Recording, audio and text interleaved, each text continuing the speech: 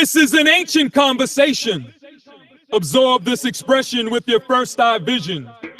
Bring forth the light of indigenous wisdom. Root knowledge to circumvent Western logic. We're the black womb that generates the esoteric. Modern day Imhotep constructing step pyramids to the mind's apex. Trained in the warrior arts of Kemet. Don't think about flexing with some thug activity. Annihilate your self-hate with Pupagani, Capoeira, and Djembe harmony. Sons of Sankofa here to bring courts clarity. Ushering the wisdom of antiquity. That medicinal remedy served through golden seal poetry. Guiding through word sound, claiming our destiny. Removing the corrosion around the heart chakra. Feel the presence of our ancestors. Sankofa spreads her wings, spanning the hemispheres of the universe. Just remembering our roots helps to navigate us through the Kali Yuga course. The nigga curse, gotta celebrate ignorance. Nigga lives in the absence of consciousness. Self-knowledge heals the Urugu virus. Know thyself, African, reclaim your brilliance. Our creative genius is limitless. Sun's here to sanitize our community from mental pollution and moral debris. Establishing the pillars of a spirit-centered identity. The beauty of this life is the choices. So you have a choice. You're gonna manifest the spirit of someone who's been systematically oppressed and enslaved their entire life, or you can manifest the spirit of a warrior, of a spiritual warrior who brings balance in the midst of disorder. Be that which your people need most. From male to boy, the man to divine, walking in time with their ancestors' mind, living the legacy of traditional rhythms, vessel used to express indigenous wisdoms. Djembe drum, the language of harmony, reconnecting the severed pieces of a lost identity. Old Willie, a conqueror of the African psyche, now operating as an I instead of we. Calling or set to assemble the scattered memory. Words sound uttered clearly through the voice of Tahuti. The Jali's here to preserve our story. Straight from the fertile ground of the river Happy, we come bearing aunts in this time of destruction. Ancient man in the present, direct from the Dogon civilization. Our origins straight out of Sirius B. Yo, I'm Sirius B, you're a star. Blinging like the Big Dipper, iced out like the 21st century lost nigga. From nigga to knowledge to action. Sons of Sankofa, identity surgeons. Casting out the poisonous toxins of self-ignorance. Recharging the pineal gland, igniting the African conscience. Preparing Andinkra soup with nectar root crackers. Recipe for the colonial-minded self-haters. Administering the myotic enema, purging the dire nigga trauma. Nourishing the lost child from Africa to his nature. Come ride the sturdy wings of Sankofa as we prepare for the sun's takeover.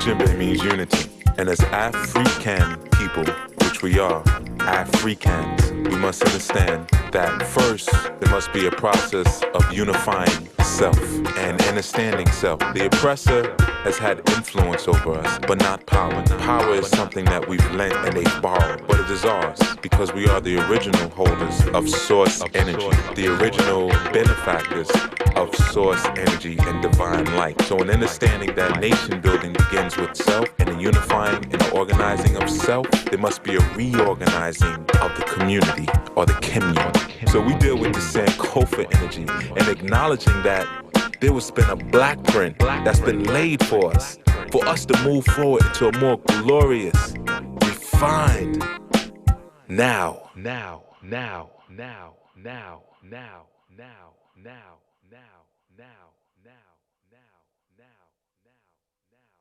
All right, enough with the nows. Enough with the nows, young YUYA.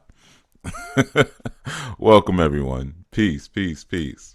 Yeah, just playing some old school stuff out of my archives. The Sun's takeover. Like I told you, this ANU movement, this ANU space is going through so many different revisions and so many different changes over the years.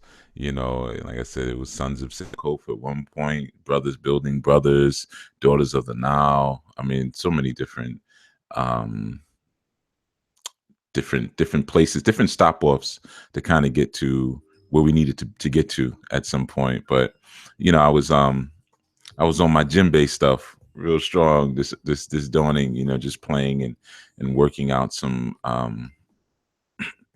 nervous energy that I had inside of me. So I pulled out my drum, and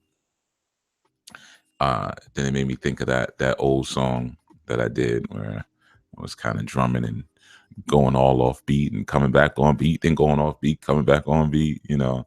So yeah, man. So welcome everyone. Welcome everyone. You know, like I said, I got to play these songs in the beginning now because I don't have my countdown from Block Talk. So I really a lot of times don't even know if we're on until I see people start coming in or I see people in the chat room. You know, I'm getting used to not having Blog Talk because I guess it's in some ways some of that annoying sounds coming in were kind of a crutch for a while. But welcome all of you from the chat. Welcome all of you who are tuning in from YouTube, and especially those of you who are tuning in later, who are catching this months or maybe even years from this original broadcast. You know, I tip my crown to you because if you're catching this years later, that means you actually dug back through the archives to find it. All right. You didn't just take the immediate stuff that was right in front of you. So I welcome you all as well. Those of you who are coming in fresh and brand new. Yeah, you know, we've been talking about a lot of things, of course. And last night, I think we had a nice little travel, some traveling moments. You know, we went through some valleys of peaks. Of course, dealing with family and dealing with customs and practices and culture, and even how sometimes we need to raise our children, you know, raise our young boys, and as fathers, how sometimes we have to create some distance or accept the distance. Even sometimes we have to accept the distance that's necessary for us to create the empires and to create the kingdoms and to sustain and cultivate the kingdoms that we want for our people, you know, or for our children. And sometimes that means that we're going to have to sacrifice our presence for a little while in order to gain the glory that we're seeking later on down the road. You know, so we hit a lot of different chambers, opened up a lot of different treasure chests, I would say, in that conversation that we had last night. All right. And you know, today just building forward. Oh, also, let me not mention yesterday, we also mainly built on, you know, my main idea was growth. What growth represents internally and what growth represents externally. I mean, that was kind of the idea of the show that I wanted to express. Everything after that was just, you know, gravy, you know, gravy or as they say, icing on the cake.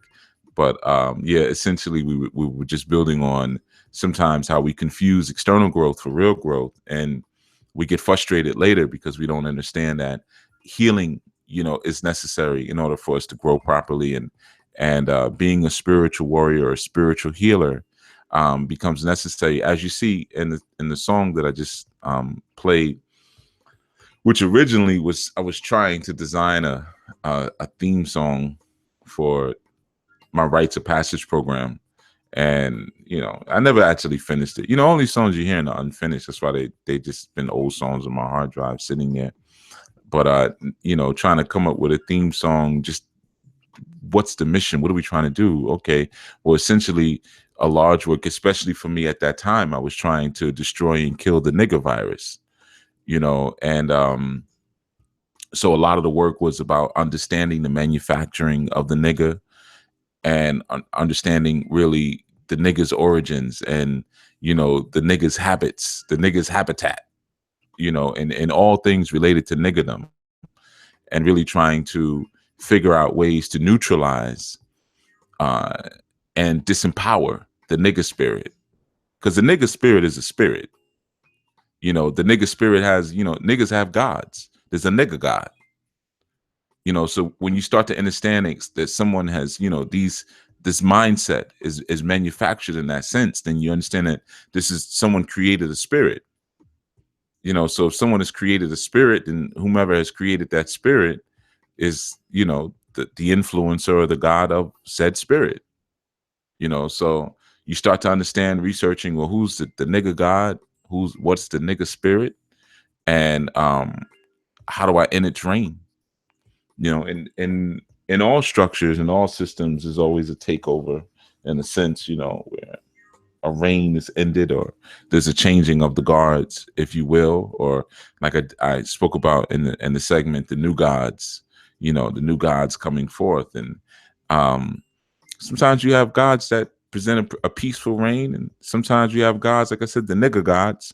And, you know, ultimately the nigger god is a white supremacist, but you know, sometimes it's a little, you know, it's a little hard to imagine that certain things can be spiritual oppression, you know, and even in our healing, it becomes difficult sometimes to imagine that if it's not happening on an internal level, then it's not actually happening. And that's what we spoke about yesterday. And, you know, it's a small thing I wanted to address, you know, I wanted to speak on just for a second. You know, I don't make a whole big thing about it, but I've had sisters at times tell me that, you know, oh, you're hard on the sisters, you're hard on the sisters, you know, which of course I'm not. You just don't realize it, like I said, because these dudes out here are so soft that you're not really used to how a man speaks, you know. But you got to understand, a lot of times when you sisters are coming across, maybe brothers like myself, or you're coming across brothers maybe on YouTube or Insta, whatever. I don't know. I don't want to name all the social media platforms because I'm always 2 or 3 platforms behind, you know. So I might be sending, you might come across brothers on MySpace, you know. So let's just social media, right? Ultimately, what you find is that the brothers are not angry because they hate you. You know, that's why I even created that PSA, you know, where I described the difference between bashing and criticizing.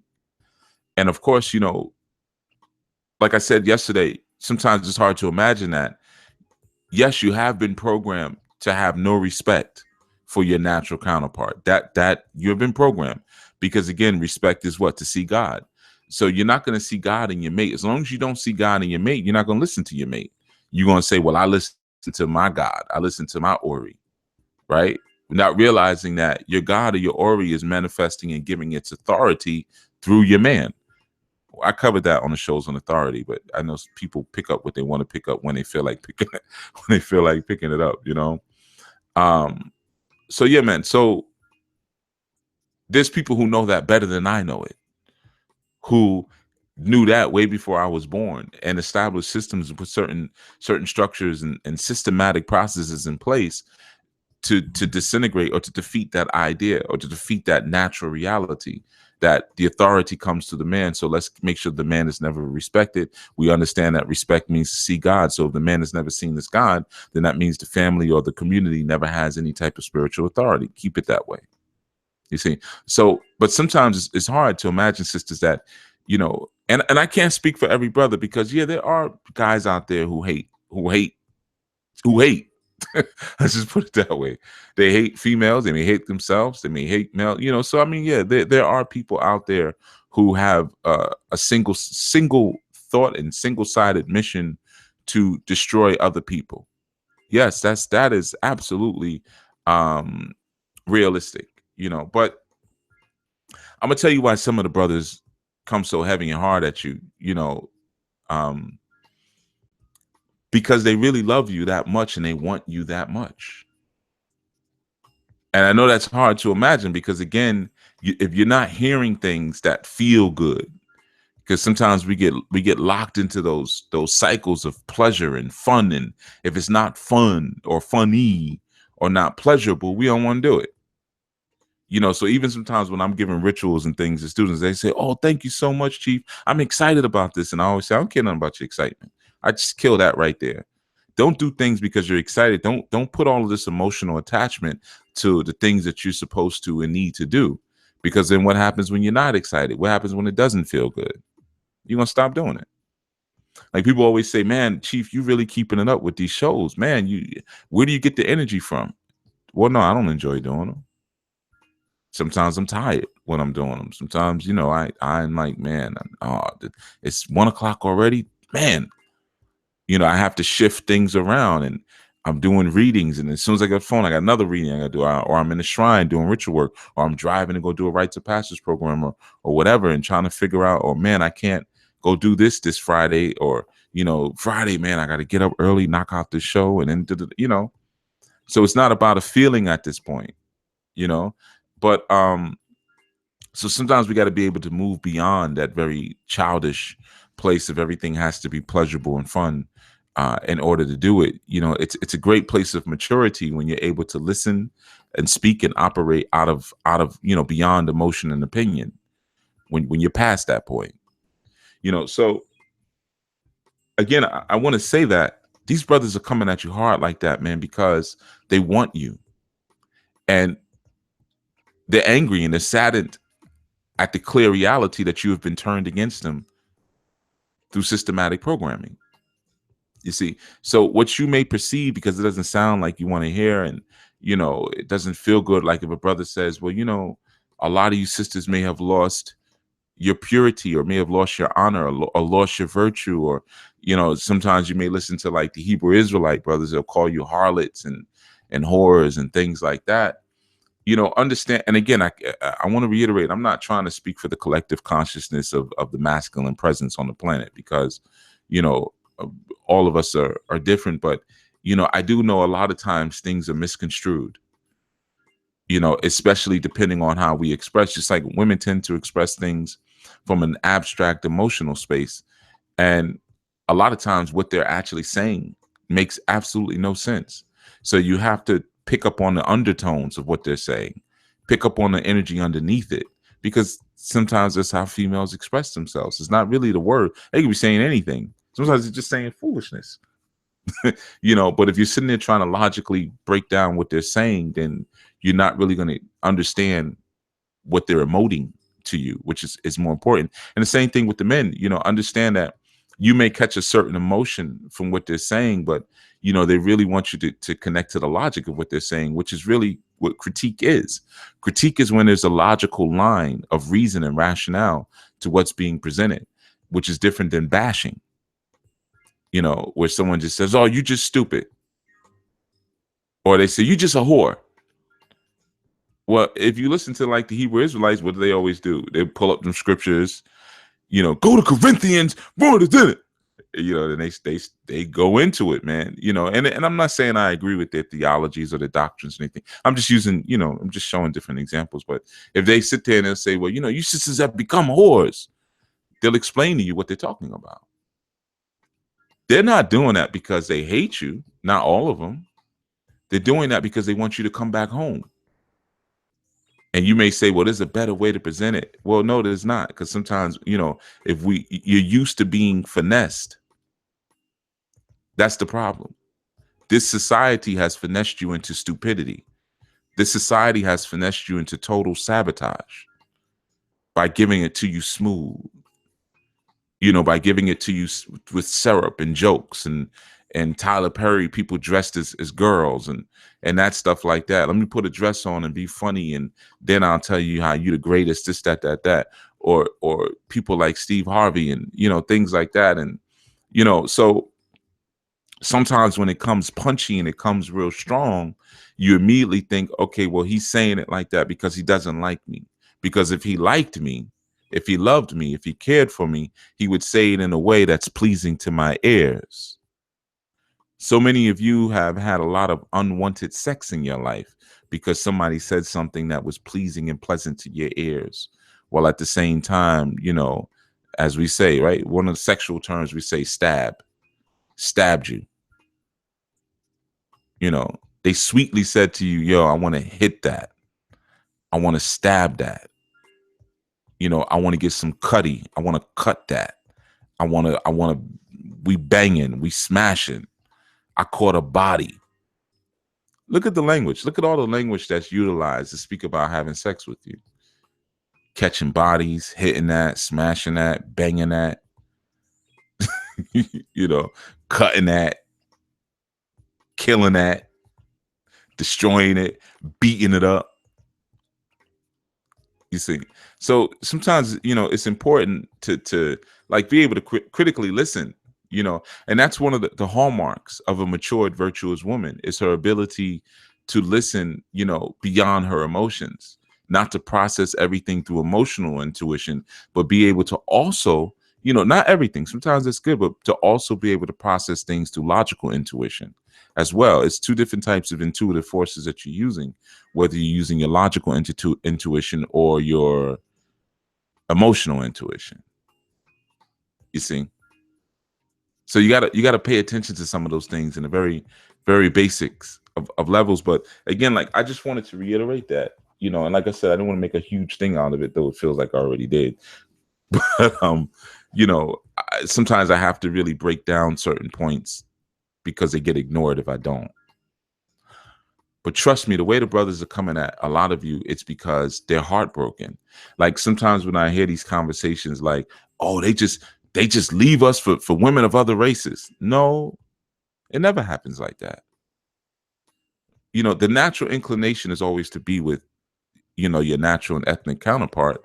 But I don't think sometimes, again, some of you realize how damaged you are because of the flim-flam game that's going on. And I know as soon as I said that, I bet there's a bunch that said, well, how damaged you are.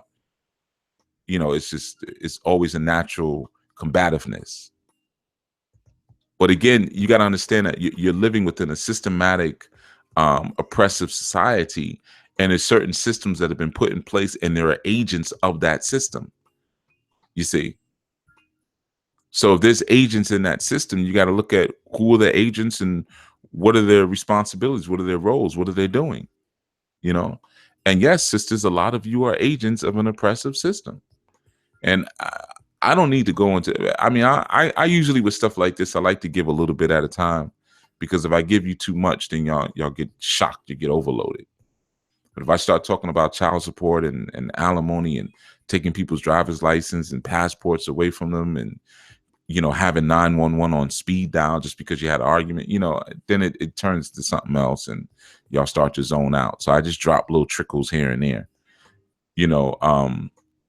But yeah, man, you know, I just will reiterate, a lot of the brothers are coming at you like that, man, because they really want you to come back home. And they're explaining to you how you've been lost. And your first reaction is to fight them.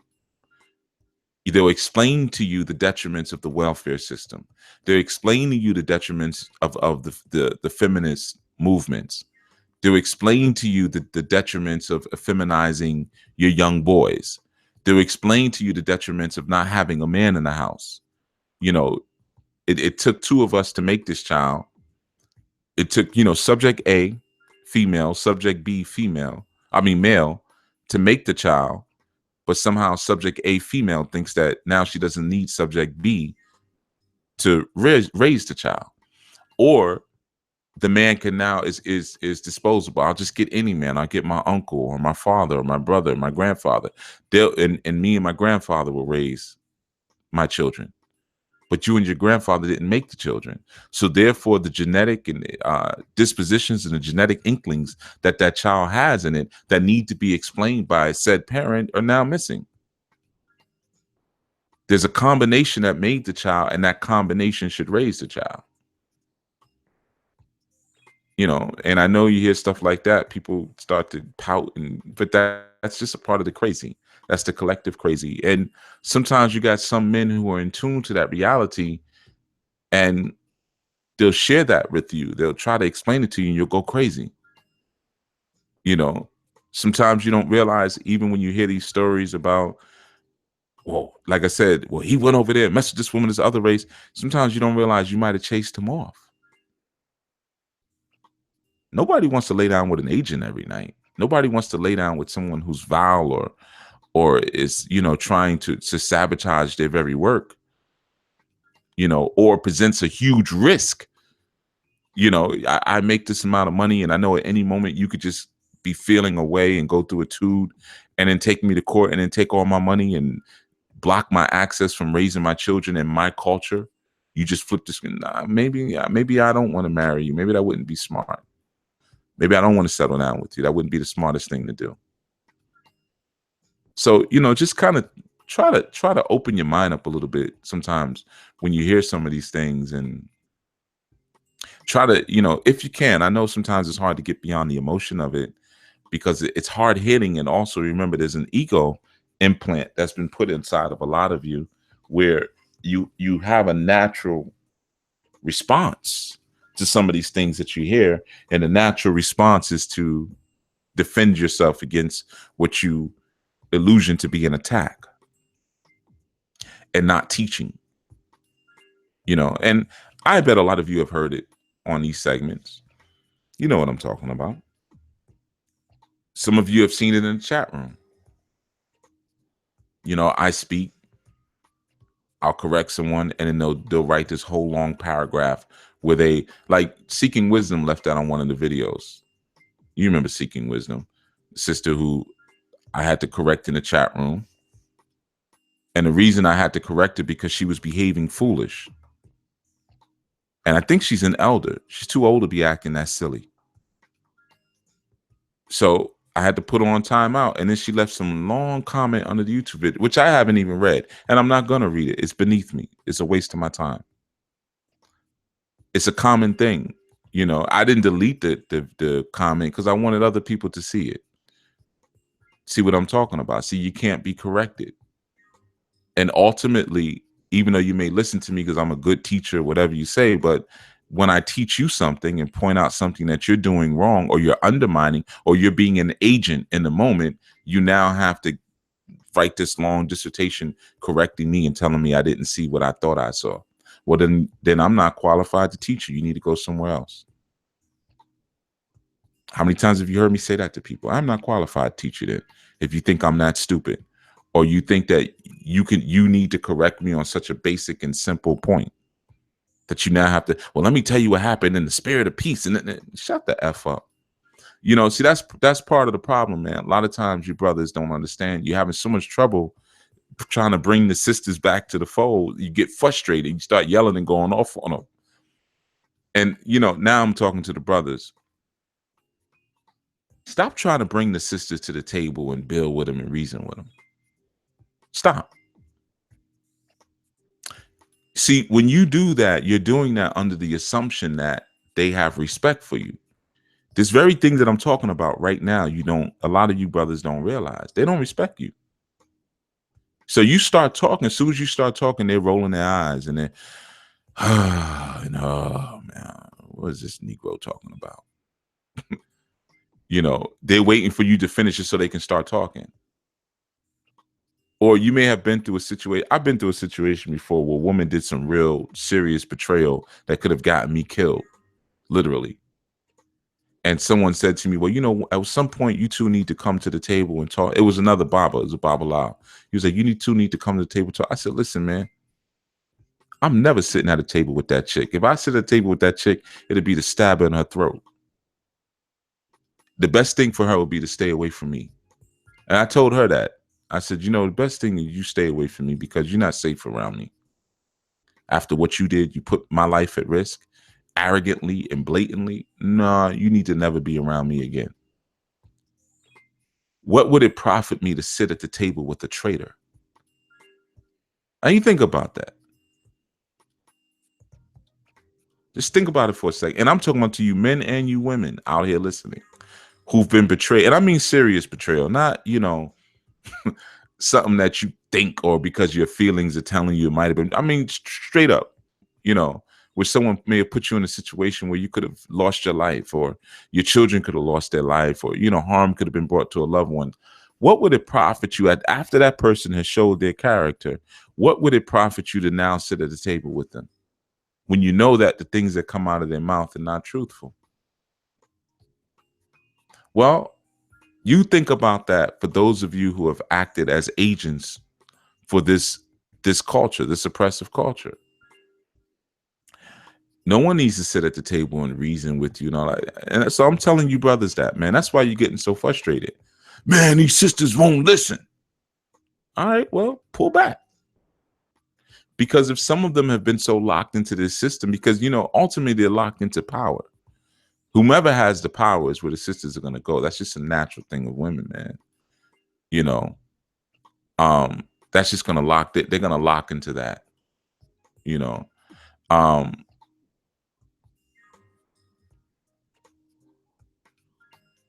It's a power play.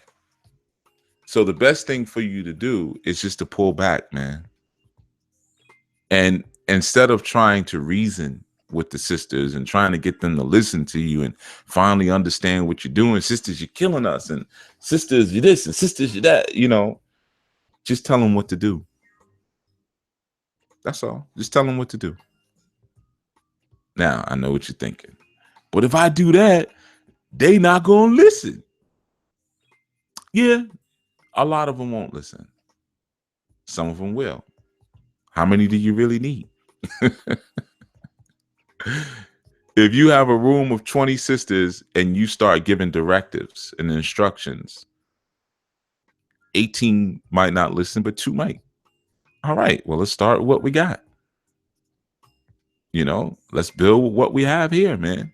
Doesn't have to be these big, huge collective mass movements, but sitting there trying to reason and do all of that, that's not even the vibration that they respond to. Women don't respond to logic like that. Women respond to emotion. So when they feel the emotion in your voice, when you're giving a directive, you're giving an order, and you mean it, they'll respond to that because they can feel your austerity. They can feel it coming through. But you sitting there saying, well, listen, sisters, let me show you how we used to do it back in Kemet. Back in Kemet, we had to dip-a-dip-a-do and dip-a-dip-a-die. And then the sisters had to, man, I ain't trying to hear all that. Pull back. So that's why a lot of you brothers end up frustrated, man, and you end up on street corners and on YouTube videos going off and frothing at the mouth because you're trying to talk to these females like they're men. You're trying to reason them. Yeah, men, we can sit and reason. That's not what the sisters are looking for from you, man. And not all of them are your sisters anyway, just because they look like you. Like I say, all skin ain't kin. So you have to be able to determine and make a distinction between who you're really talking to. Are you talking to one of yours, or are you talking to an agent? You know, which one is which? You know, you got to be able to make that distinction in that sense, man. Like I said, that's why a lot of you brothers are ending up so frustrated, you know. And for sisters, that's why the brothers are so frustrated. So, you know, I'm just kind of standing as a referee, I think, to some degree, and showing you why certain things are coming out certain ways on each side. But again, it is a power thing. And if you ain't moving with power, they ain't going to listen to you. Sisters can feel your power. You know, now, if the system has more power than you're coming with, that's what they're going to go with. It doesn't matter the color. They're going to go where the power is. That's just in a woman's natural survival instincts. She's going to go where the power is. You know, and your ability to break down the Bible or break down the Quran or the Medu, that's cool. They enjoy it, but they're not going to follow you because of how smart you are. They'll enjoy you, but they're not going to follow you because of how smart you are. You got to be sincere. And that's where we talk about the internal growth, what we were talking about yesterday. The external can be, he's an egghead. He's smart. He's able to break things down. He knows 7 different languages. He has this, he has that. But internally, he doesn't seem like a strong brother. I'm not getting with them. You know, and I'm not calling out names, but I see a lot of people like that in the conscious groups, the conscious networks, you know, where they're breaking a lot of things. No, but you can kind of look at them and tell when the heat comes down, when it really comes down to it, they're going to fold. You know, they're going to fold when it really comes down to it. So there's an energy. You see it if you look at someone like Fela Kuti. Look at Bob Marley. They never said anything that was so profound that you wanted to get it tattooed on you, anything like that. But there was an austerity there. Whatever Fela said, you know he meant. He meant that joint. Whatever he said, he meant it. You know, and he was like, you know, he's like James Brown, man. He was, as far as in his group, he was a tyrant. You know, he did not play, you know, with his musicians and things like that, or his wives. He meant it. That was also the simplicity of Bob Marley. He was very simple. You could feel it. You could feel his simplicity. You'd be surprised how much information you actually don't need and how much character development you actually do need, and how far just good character development can get you beyond, you know, the books and the paper. We're not the kids. We're not the goats. We're not the people, you know, goats eat paper. We're the sheep people. We're the people of woolly hair. You see? So the sheep is dealing with a whole different type of science than the goat is. The goat wants paper. You know, so you read and you got all these books under you and you feel like, well, now the sister's supposed to follow because look at all I know. Man, she still ain't paying no attention to you, man. Yeah, man. So it's just something, you know, to think about. You know, again, like I've seen sisters kind of really turned off in a way, you know, from some of the brothers coming at them like that. But just understand it's not because they hate you so much as they're just so disappointed, man. Especially like when you look at a woman and you're like, man, this is the woman for me. Maybe she looks like me or she's similar to me. She's my vibe. And then you start talking to her. She has the external appearance of growth, but internally, she's an enemy. She's an alien. And it hurts as a man. So you got to understand, sisters, you know, we look at things differently. You want that power. So you'll get with whomever for power. Let's keep it real. You will. Most of you. Many of you. I'm talking about chemistry here. I'm not talking about your character, your personality as Black women or as Latina women. I'm not talking about any of that. I'm just talking about the nature of men and women. You know, women, that's why women absorb themselves into heterosexual men's society, civilizations. So it's the powerful men that build civilization. So they absorb themselves into power. You see, that's why a woman can be as conscious as you want, but as she wants. But if you have a child with her and you don't take care of the child, she goes to who she feels has the power to make you give money to take care of the child. Many do. Some won't bring themselves to stand in front of anybody's court. I commend those special ones for that. But others, okay, I get it. But my point is that we have different nature in that sense. And a lot of you fellas have not invested in developing that internal power, which comes from connecting your soul to your spirit, you know, really connecting to that soul mission. So that way, when you're speaking, it could be the simplest things that you say. It could be the look that you give is very clear. Think of how you are with your children. You don't have to say much. Give them a look. They know, don't play. You see? So that's what I'm saying in that sense, man. You know, I wanted to share that because, again, you sisters got to understand, for a man, it's different because we do objectify our women. I don't want to be objectified. Oh, yes, you do. Oh, yes, you do want to be objectified. Don't listen to the feminists. They don't know what they're talking about. That's why you make yourself pretty. That's why you go to bed at night after you take your shower, you put on some nice smelling perfume or oil. Because you want to be an object of his desire. You want him to desire you. You want to be an object of his lust. You want to be an object of his affection. You want to be an object of his concern. You want that energy that's already inside of him to be steered towards you in most instances objectively. Despite how you may behave or act out, you want him to objectively or unconditionally have those feelings towards you. You absolutely do want to be an objectified. Don't believe the hype. Okay. That's why all of your profile pictures, I'm saying, they're all pretty. You picked your best picture for your profile picture. You didn't just snap anything. You picked your pretty picture because you want to be objectified. There's nothing wrong with that, you see. But understand that men think in terms of territory. Men are territorial in that sense. So they look at their land, They look at their women, they look at their children, their cars, their watches, they kind of all put them in the same grouping and lumping as their kingdom or their homestead.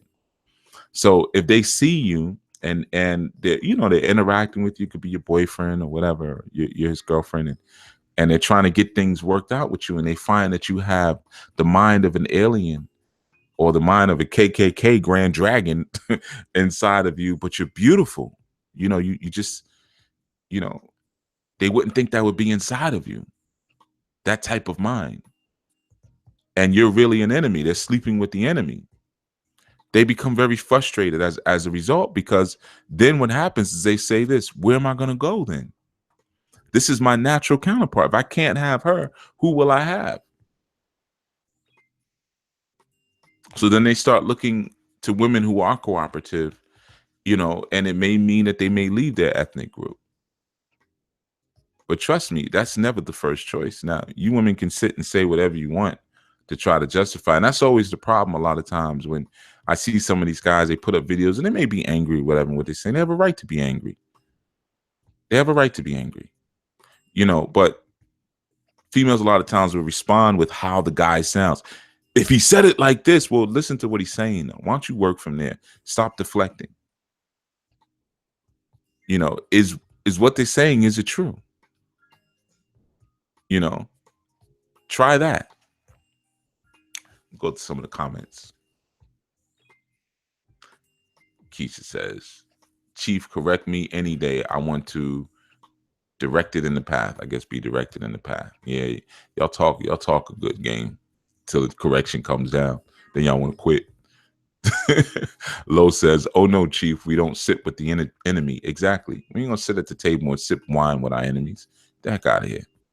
Say keep your enemies keep your friends close, your enemies even closer. My enemy's close to me, I'm killing them. Yeah, so I want them close. Keisha says, most of these males don't respect themselves for them to try and lead. They want loyalty, but can't show the same in return. Yeah. There's a truism to that. Absolutely. A lot of males don't respect themselves enough for them to try and lead. Yeah. Absolutely. And wanting that loyalty but can't show the same. Well, you know what? Let's just say this, Keisha. From the moment you start talking about a male, just throw loyalty out, because a male is not really going to have that directed sense of loyalty like that. They won't even know what it looks like or what it is in order to garner it in anyone else, so it all starts really from that first statement. You said the first part of your statement, I should say, most of the males don't respect themselves for them to try and lead. That's it. If you don't respect yourself, if you don't see the source, to see God in yourself, then the principles and the ideas and the mores that are attributed to the divine, you won't see yourself as having to manifest them on earth. You won't see yourself as Emmanuel, as they say, God on earth. So if that respect is not there, then a lot of things are not going to follow as a result.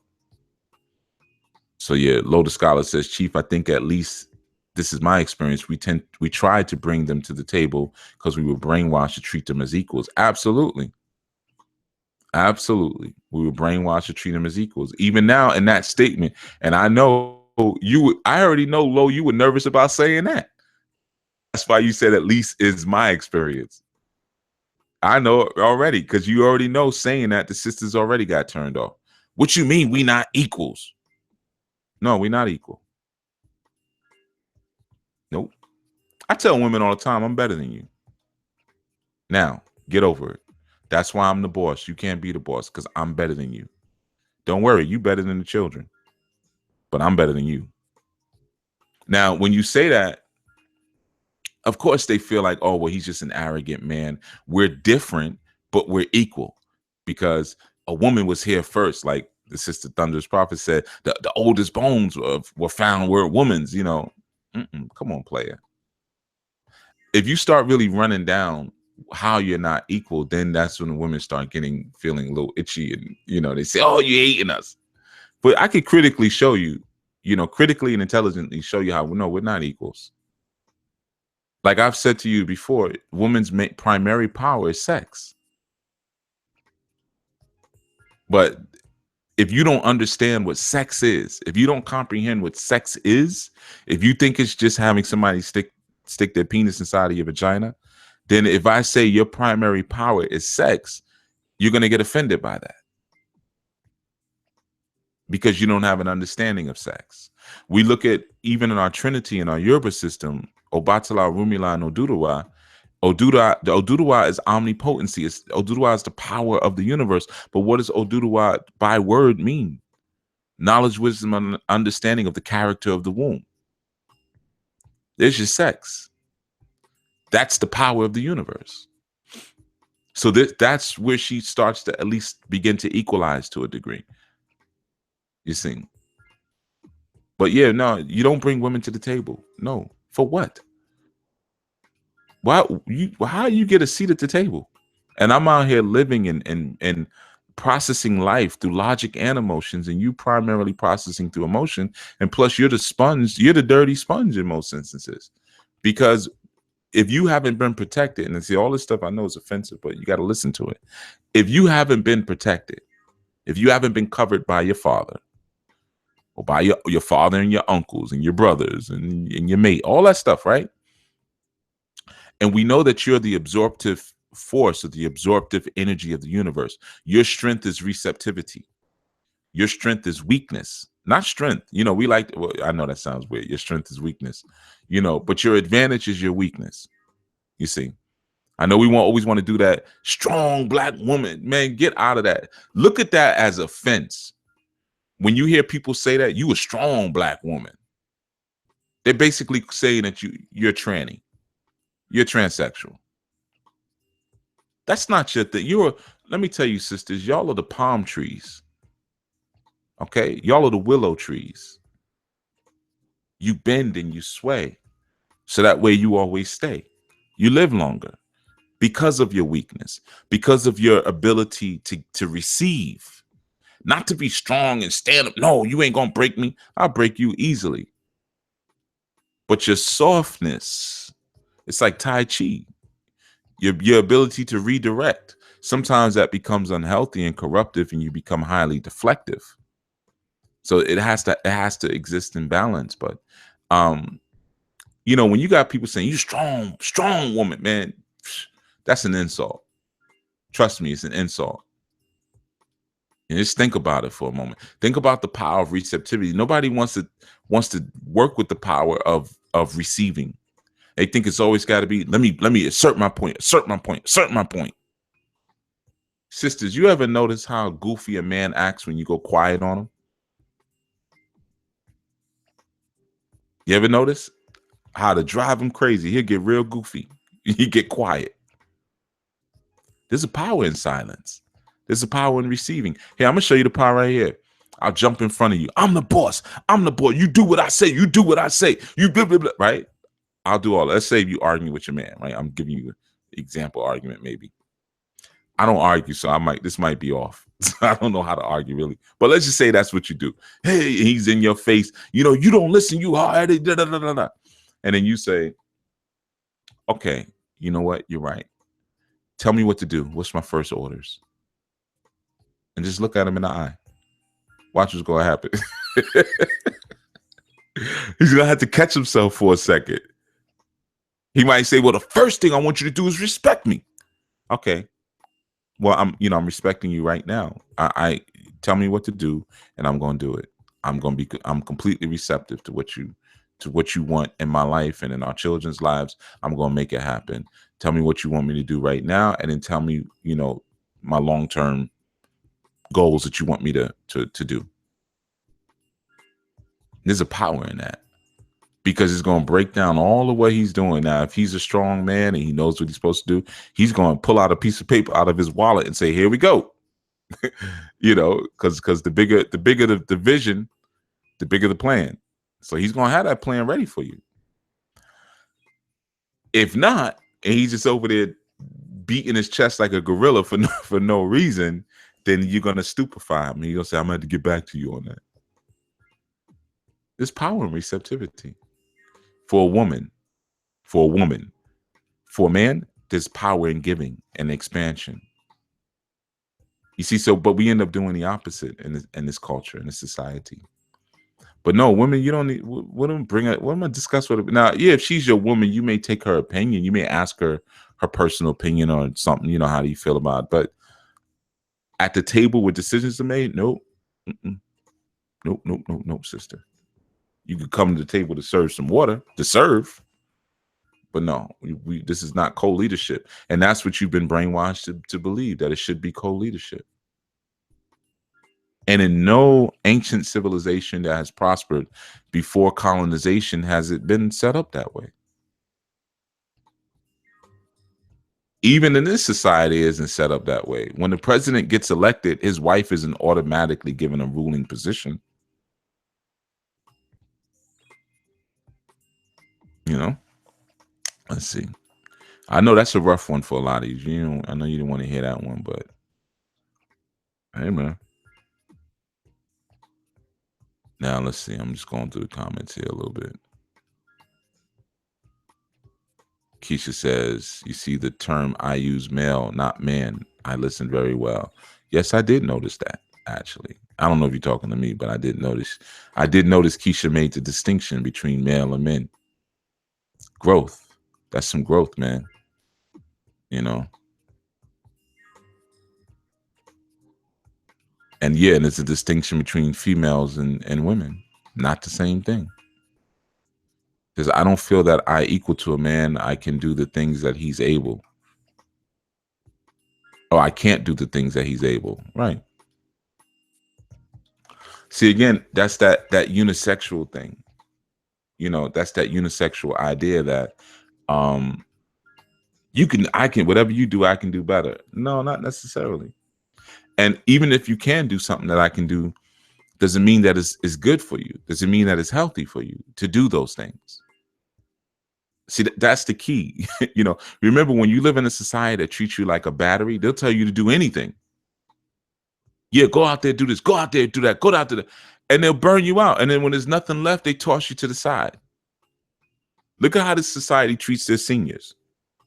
Heck, here's an easier one. We ain't even got to go that far. Look at how this society treats their veterans. Isn't that the ultimate example of just using somebody up, and then when we done with you, I get lost? Or you too crazy to go out there and shoot?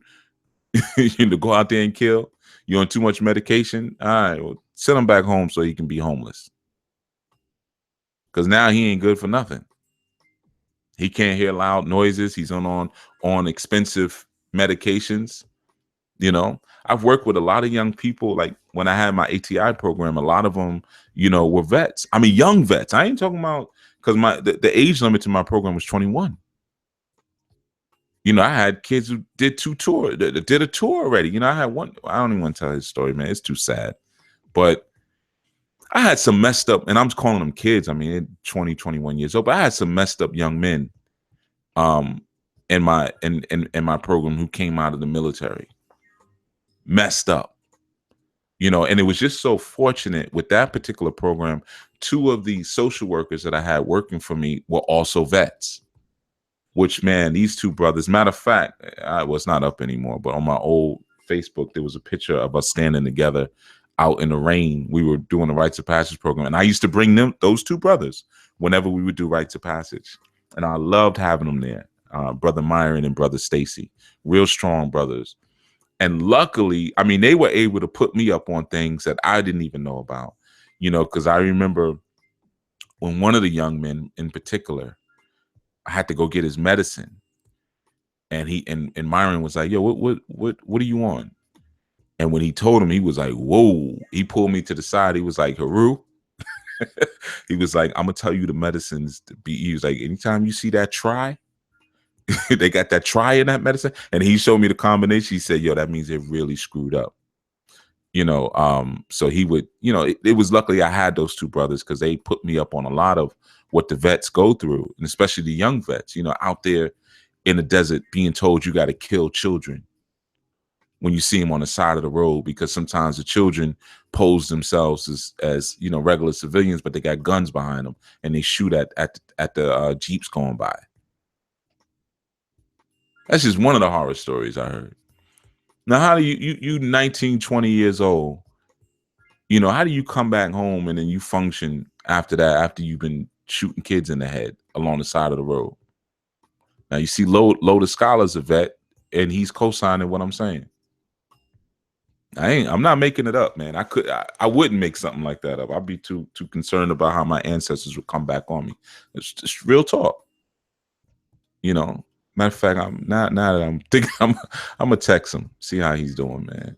You know, there's a couple of them young people, man. I had some they in jail now. They just couldn't be outside. You know, they were messed up. So I'm getting off on a certain thing, but what I'm speaking about, you live in a society that pushes you to do things that are beyond your natural tolerance levels, and as a result, it burns you up and uses you up. And even so, you say, okay, I can do it. I can shoot someone in the head, but what does it do to you? You sisters may say, I can work construction, but your body's not made to be that hot because you have eggs inside of you. This is simple. What happens when you heat eggs up too much?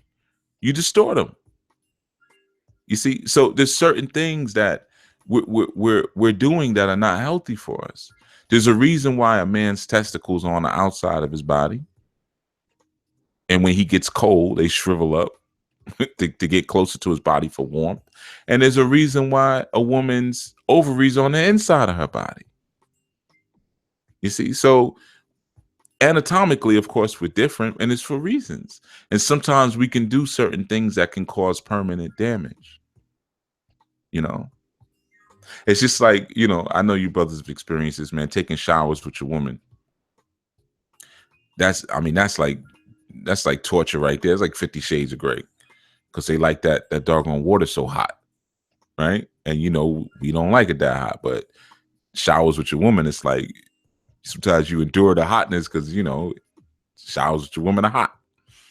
But you know, it's very harmful to your testicles, to your sperm production, all of that heat like that on your testicles.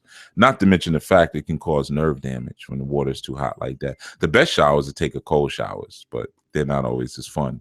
But you take a cold shower every day, man, you'll never get sick. Your immune system would be so strong.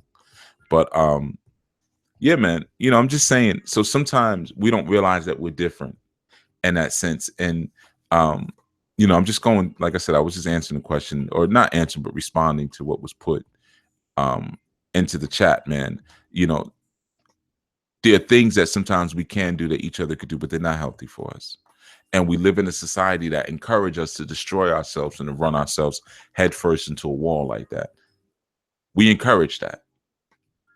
You know, there's a job for men, there's a job for women. A lot of women don't even know how to raise children. And what I mean by that is this. Their raising of children has been very intuitive, but they haven't actually studied the rearing of children. And that's their main thing. Like, men go outside the house, build civilizations. Women build civilizations inside the house. But how many sisters actually were prepared for that? Like, had aunties and grandmas and mommies that said, we're gonna bring you through some training so you can continue the legacy forward. How many sisters just had babies and figured it out as they were going? Maybe read a book, you know, on mothering, or watched a video, and then the rest just kind of figured out. And I'm not knocking those who've done that and, you know, were able to raise their babies, but think about how much you might have missed because it wasn't a deliberate thing, you know. And so I'm just saying, sometimes we don't respect each other's positioning, and as a result, we don't respect our own positioning, and we end up not having the skill set that we should have at certain points in our lives to do certain things. How many men out there know how to run a business? Whether you have one or not, how many of you know how to run one, though? How to supervise people? How many men know that? You know, how to look at a patch of land and see what could be. Some don't know what could be until you clear it. And even then they don't know. They need somebody to go back and, you know, with AutoCAD and design up a mock of a house and say, oh, I see. But how many have been around? Maybe you have some uncles or some cousins who are into contracting work, have spent enough time around them and seen them go and rehab homes. So you might go to buy your first home as a man, and it may look like crap. You know, I remember house shopping years ago, and I had a sister with me, and I had to stop bringing her because she wouldn't. She had, and again, it's not her fault. She's not supposed to have this skill, so that's perfectly fine. No knock against her. It was a knock against me for not respecting her womanhood at first. But we would go to different spots, and she'd be like, "Oh, I don't like it in here. It's dark. This house is too dark." Things like that. And I'd say, well, no, you could fix that with paint and lighting and ripping down the old wood paneling that these people put up, or different window treatments and things like. But she wasn't aware of that level of work. So she didn't understand that how you could make a room look different. You can knock down this wall. Yeah, the bathroom is tiny, but we can take one of the bedrooms and convert that into a bathroom and make the bathroom a walk-in closet. And not knowing that these are things that you could do. Now, I knew that because I had done a lot of contracting work and day worker work when I was young. That was another little hustle I had. I used to do day worker work, you know, basically like demo work, a lot of demolition stuff, you know, clearing, hauling, stuff like that. But even when you're doing that, if you're just taking a sledgehammer and knocking down a wall for a contractor, you get to see some of their process. You get to see that knocking down, as long as it's not a support wall, that knocking down a wall is not that big a deal. Ripping up a floor is not that big a deal. Replacing a roof is not that big a deal. Running new gas lines is not that big a deal. You see, how many young men were trained in that way? So that way, when they went to buy the house, they may have bought a house and got it for $70,000 or $80,000 cheaper because they say, well, heck, I can do this and do that. You know, I used to do it all the time with cars because I used to work on cars a lot. Negotiate. I would pretend like I don't work on cars, though. I get a car, it'd be something with it.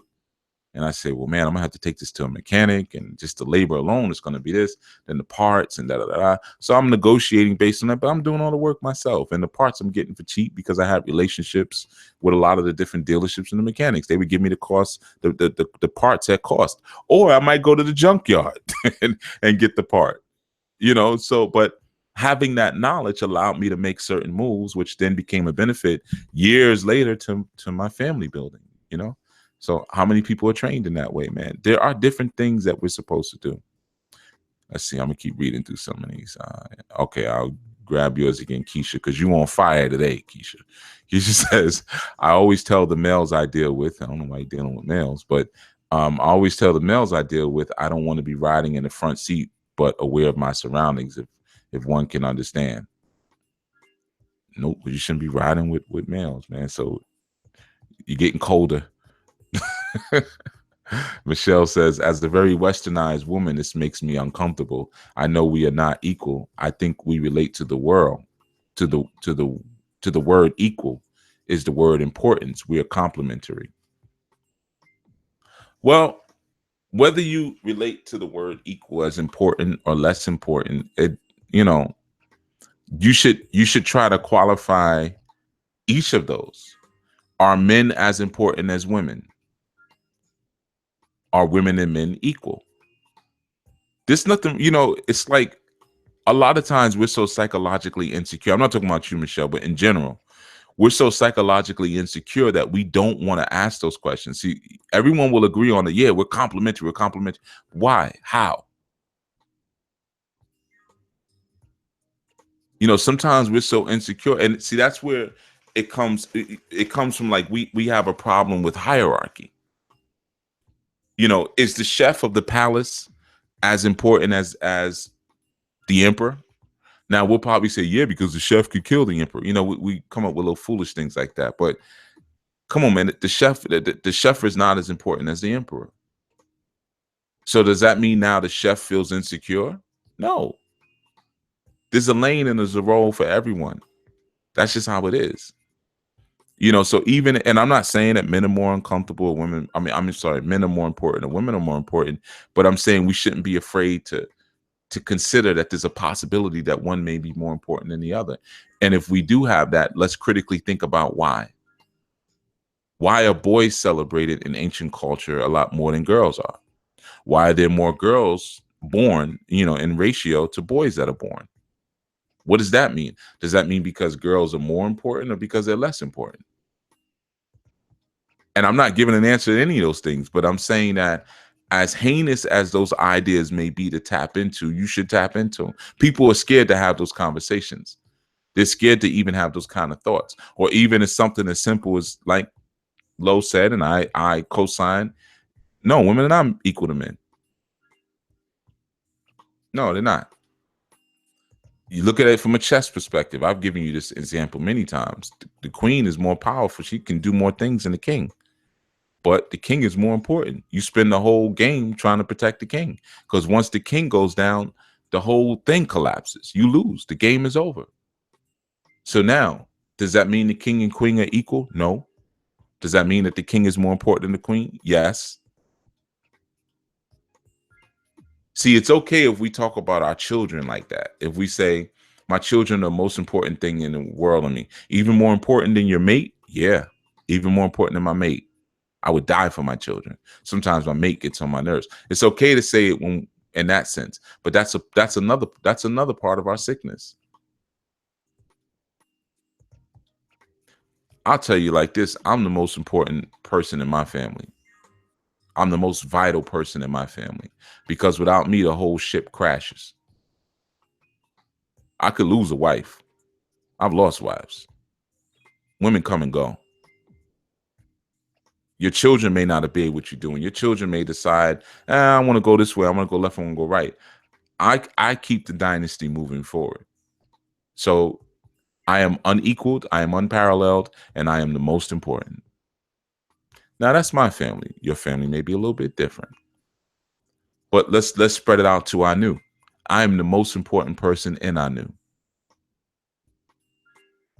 Not just because I created it, just because I wrote the doctrine, but let's keep it real. Like many other movements, whether you look at the Nuwabians, who was the most important person in the Nuwabians, Dr. York. And we may say, yeah, but there were women who supported him and this and that. Yeah, but they come and go. He fell, look what happened. And just go through the movements. The UNIA, Marcus Garvey, go through that. Go through even the Nation of Islam. What happened once the most honorable Elijah Muhammad passed away? Now you may say Louis Farrakhan, but those of you who have eyes to see, you see what happened. So that idea that, that sometimes we keep that's off, it keeps us from actually protecting the most important person. I've said this to women sometimes. I've said sometimes, man, just do the math. It's simple. You may not even like your husband, but is he taking care of you? Is he doing this? That? I had a conversation with a woman that one day. She never fed her husband. She never cooked anything. I said, listen, look at it like he's a horse. If you have a stable of horses and you have one that's making you a lot of money because he's winning all the races, then that's the one you should make sure you feed first and feed the best food and so forth and so on. Even if not for love, just for the very reasoning and rationale that particular horse is taking care of you. But we live in such a crazy society that a lot of sisters won't even catch on to that example. You see what's been programmed into you? No. So again, I'm giving you an example for me. Your man may tell you something. No, baby. No, I'm not more important than you. I'm the most important. You don't act like it, I get rid of you. Why? Because I don't need you. You need me. Rough to hear, right? But I told you 2017 was going to be a rough, I warned you and told you that it was going to be a rough year for ANU. So you're going to hear a lot of different things that you may not, feel comfortable hearing or may not want to hear, but it doesn't mean that they're false. You see, I'm the son of the favorite person in my family. Sun go out, we got a problem. The earth can go out of alignment, the sun will still be all right. The sun goes out of alignment, we now got an ice age. So you gotta protect the sun. Yeah, man. I go through some of these comments. And you can feel however you feel about it. This is an alpha conversation. This is for alpha men and alpha women. Some of you may not be able to get with it. That's okay. Keisha says, I feel that way when people tell me how strong I am because what they may see, I may not. That well alone, I will be more dynamic with the man to lead the way I fully know this in my soul and spirit. I wish you would write in a way instead of writing graffiti in the chat room, Keisha. So I had to keep pausing to read what you're saying. I wish you start writing like you tagging on the subway. But yeah, man. I get what you're saying. Yeah, when people call you a strong woman, that's not a compliment. That's not a compliment at all, man. It's just we lost sight of ourselves. I'm telling you, man. I'm telling you. If people say you're a powerful woman, you notice they don't use that, though. That's rare. You might see that on a poster or a meme once in a while. You notice they say strong. They don't say, oh, man, you're a black, powerful woman. Because they know if they say you powerful, you might take them out. A powerful woman is a dangerous thing. That's like a dragon. You know, you say a woman is powerful, you speak that into it. But saying she's strong, come on, man. Who even wants it? I mean, you just think about that even physically. Yeah, I mean, give you simple, even physically, who wants a strong woman? What man says, I want a woman who's strong? None. Now, yeah, we may look at women who work out, got muscles, okay, whatever. Some men may like that, whatever. But, you know, no one fantasizes about a strong woman. Oh, my chick can pick me up. She can carry me up the steps. But if a powerful woman, yeah. Say, man, we went all night. Or she wrapped that thing around me and, oh, my goodness, I could feel her power. Yeah. I'm telling you, man, that, you know, there's been a flim flam. Like I always tell you, don't fall for some of this stuff, man. You know, society a lot of times is making fun of you. You don't even know it. You don't even know it.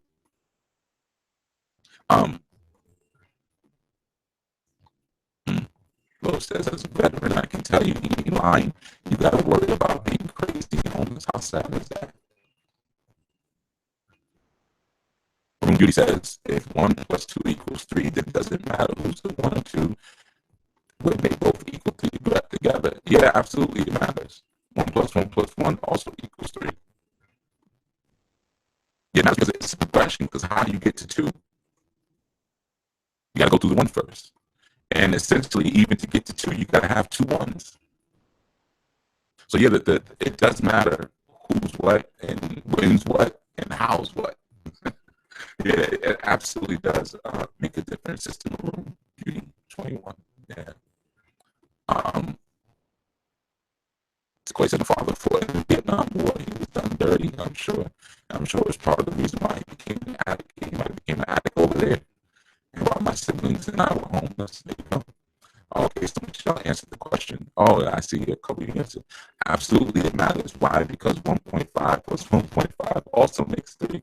The vibration of 1 is very different from the vibration of 2. The hybrid 3 with 2 joined up halves isn't the same as 1 + 2. That's another 3. And Brother Byron says, if it is crucial who is the 1 and who is the 2, yep. In a society, the 1 and the 2 have been reversed. You know, so yeah, all good answers. All good answers. Lo says, oof, and take their weapons just in case they say you're lying. Or collect weapons and plant them on kids. Oof, some rough stuff. That's some rough stuff right there. You know. Okay, thanks, Brother Byron and Michelle. I would have to work on my analogy. Or you just have to understand what they just taught you. Men and women are different. And in this plane, some are more important than others. That's just how it is, man. You know, everybody has a place to fit in. You know, I'm not the president of the United States. It's okay. You know, I'm not the richest man on the planet. That's okay.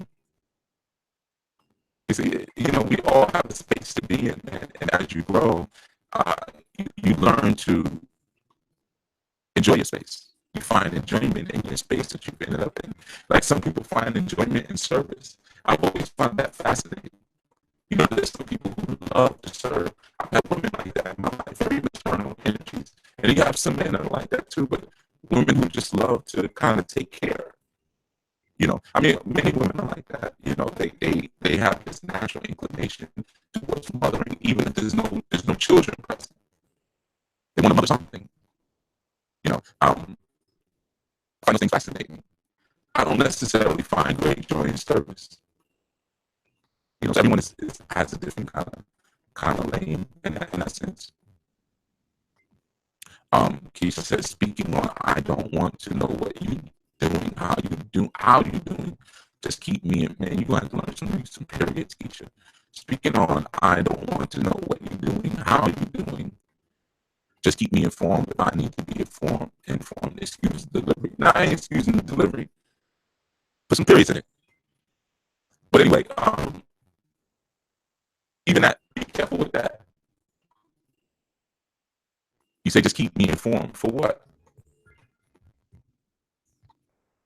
You know, why does a man need to keep you informed? Or like you have sisters who say, hey, if you're going to come in late, just call me and let me know. For what? Oh, you got to say I'm breaking up.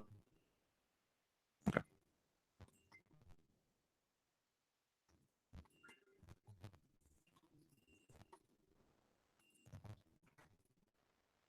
Hold on a second. Wow, I must have been breaking up for a long time because I was at the top of the chat. So I think you guys missed the majority of what I just said. Oh well. But anyway, I was answering that 1 and 2 question and stuff like that. But that was way back, so I guess whatever, you missed a lot. I was just going through some of the things in the chat.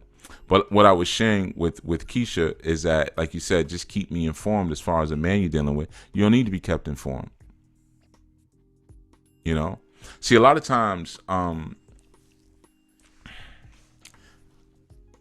women don't have anything to do. I'm telling you, really, like in kingdom building, women have a role, children have a role, men have a role. And sometimes we become so bored because a lot of it is, you know, we're functioning from the dynamics of a Western culture that says go to work, come home, do this, da da da da da. So we're not really functioning in our proper gender assignments. And you find that when you are, you have a whole lot less time to be chasing around behind one another, you know.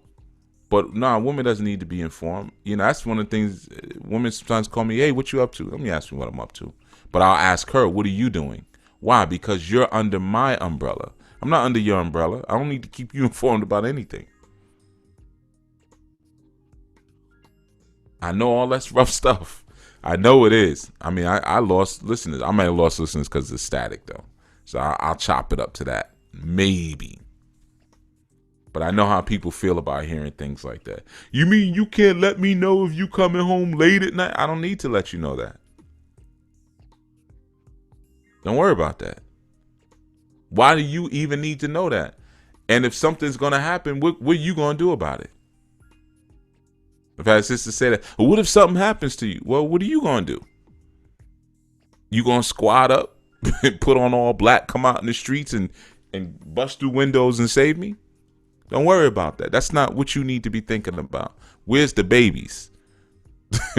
Do you know where they're at? Okay, or whatever business I gave you to handle. All you need to worry about is what I gave you to do. You see? So again, I know it's not what you all are used to hearing, especially in relationships, because for many of you, your models of relationships came from TV, came from media. No one really, it's for some of you who've never really traveled and got to really go maybe to a palace or see how royalty lives or how healthy families live. You know, you've taken on these ideas of what people should do from a very sick space. Let me tell you, man, when you have a woman that's walking on her purpose within a family structure, that woman's busy, man. She ain't following around trying to figure out what her husband's doing.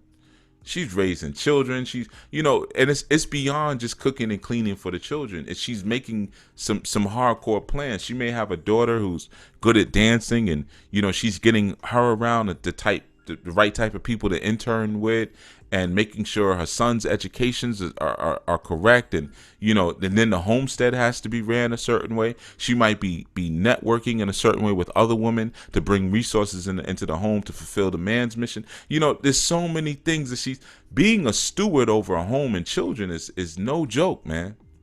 And it goes beyond just cleaning up, wiping diapers, and making dinner. That's small, because you can hire somebody to do that. If you hire somebody to do all the cooking and cleaning in your home, let's say if you have 4 children, three or 4 children, and a woman is home with the children, she hires somebody to do cooking and cleaning. Does that mean that all she's doing all day is watching TV? Not a woman who's a part of an empire, because she has to manage the cooks and the cleaners and the babysitters. She's got it, because in a sense, and y'all ain't ready for this, but I'm gonna give it to you. That's already a polygynous setup. Now, I'm not saying that the man is sleeping with the cook, or the man is sleeping with the babysitter, or the man, what's the other one? The maid, or the man is sleeping with the maid. I'm not saying that. All right. So I want you to understand. But this man has multiple women who are making sure that his homestead and his legacy, i.e. his children, are being cultivated, managed, and developed.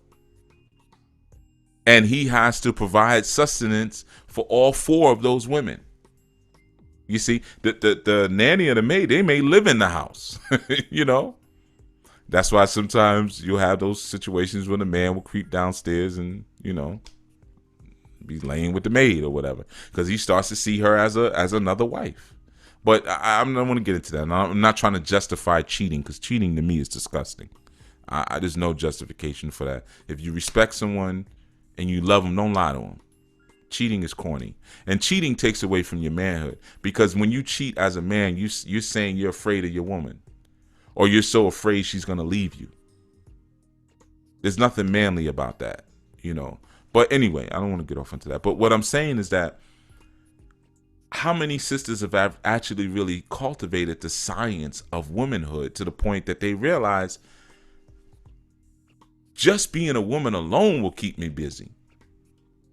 Without following around behind this man, just being a woman alone. Because we didn't even get into beauty treatments, right?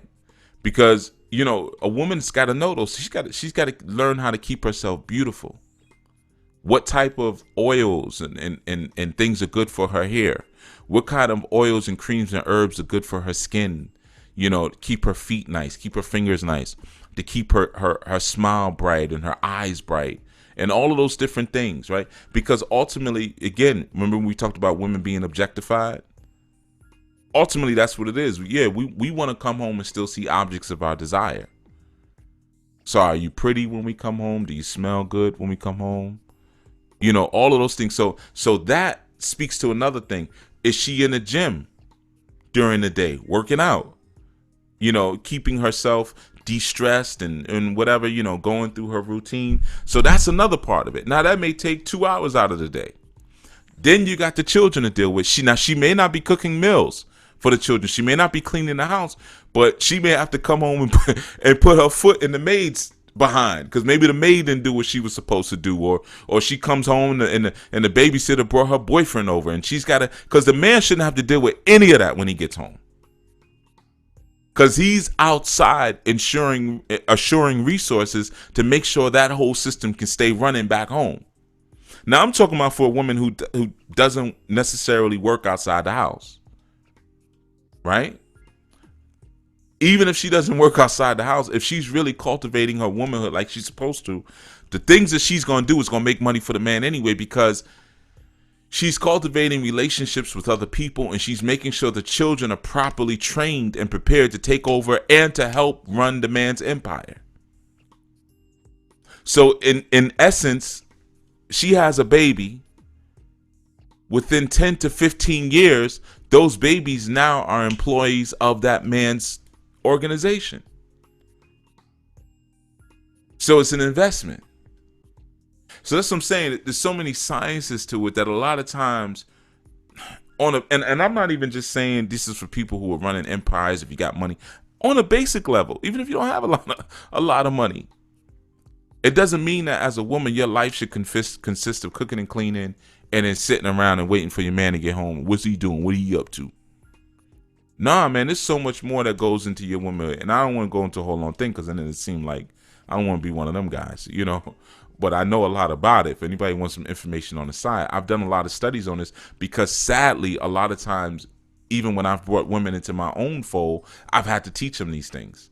And I hate having to teach these things. It's a very uncomfortable thing, you know, but sometimes it's just how it is. They have no clue that there's a whole nother science and subculture that exists among women. They haven't tapped into it. You know, there's a certain way that the house should be. Does your woman know feng shui?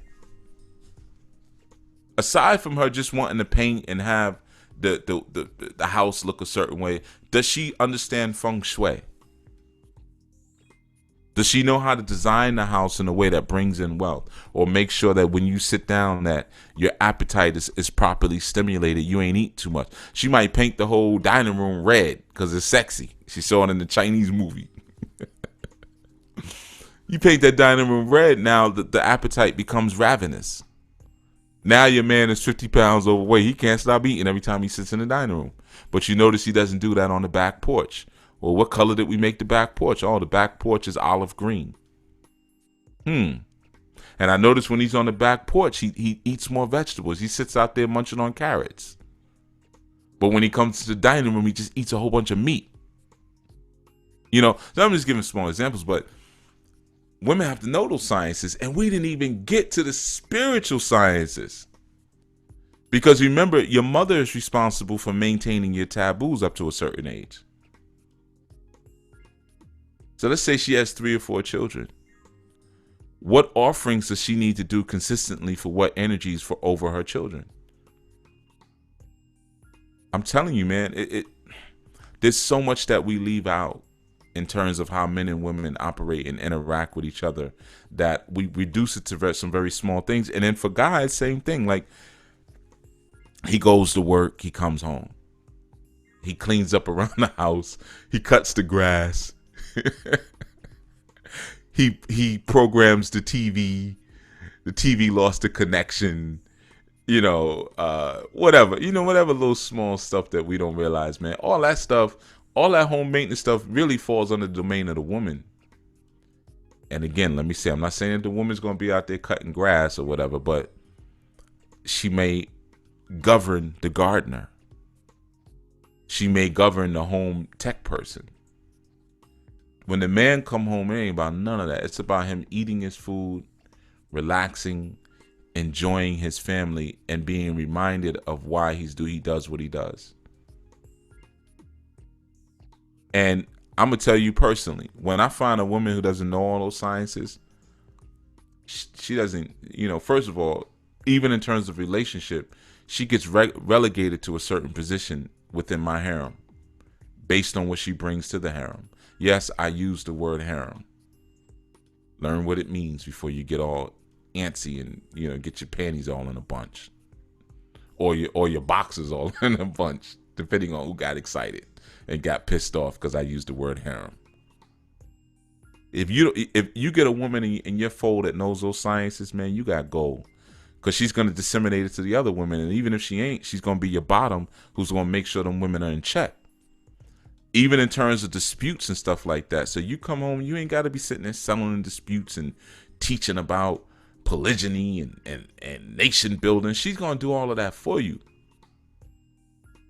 So all you need to focus on is going out in the world and conquesting and knocking other men on their ass, taking stuff over, taking land, taking property, taking more women and bringing them back home, and diversifying your seed. See, I know men, we don't talk like that. Y'all think that's barbaric, probably. That's what men do, though, believe it or not. You look at, I'll give you an example, man.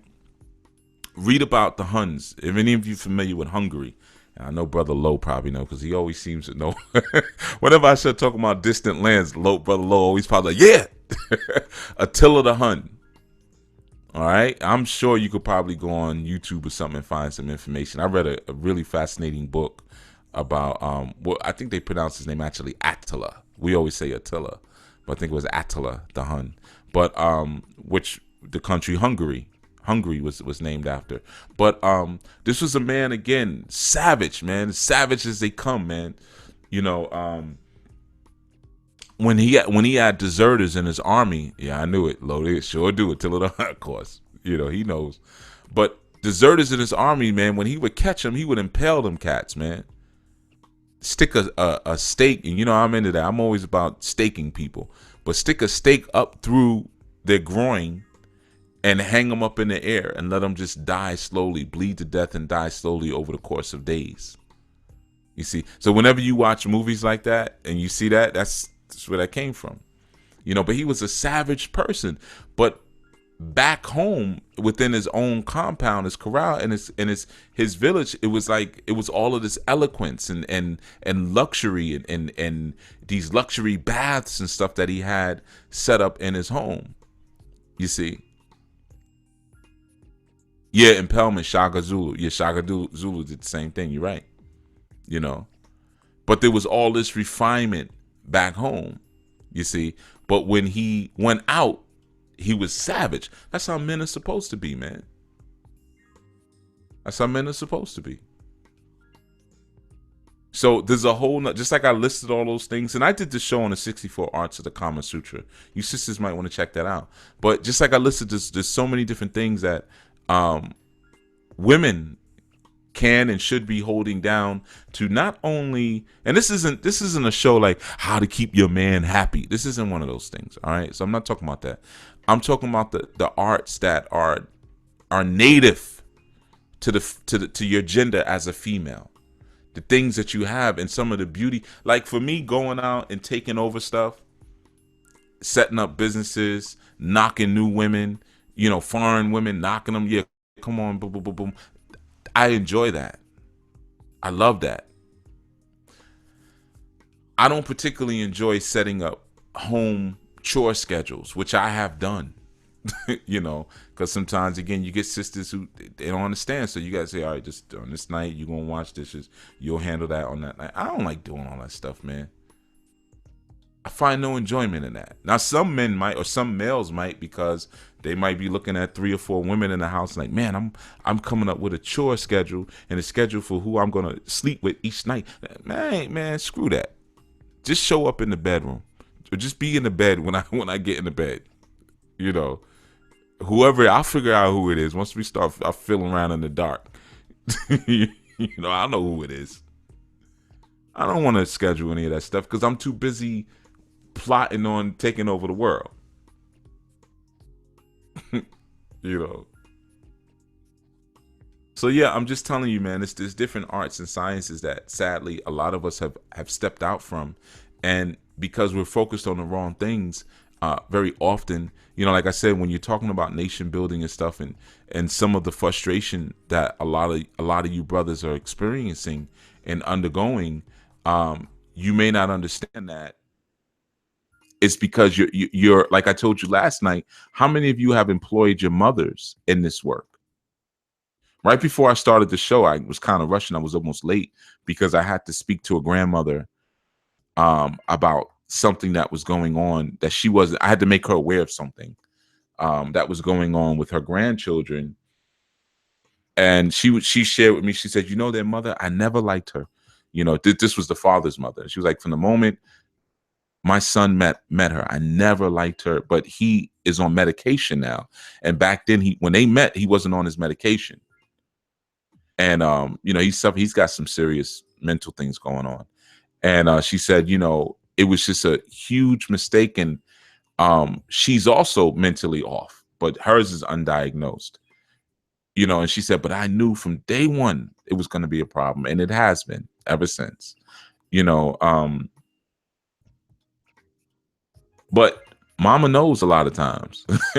You know, you just got to listen. And like she even said, she said, even with my son's mental illness, I knew something was off in it, but I had to grow. You know, she's a much older woman now. She was like, It wasn't until this age that I am now that I was able to finally, she said, because my husband was telling me something was wrong, but my husband also was on medication. He's also got mental issues.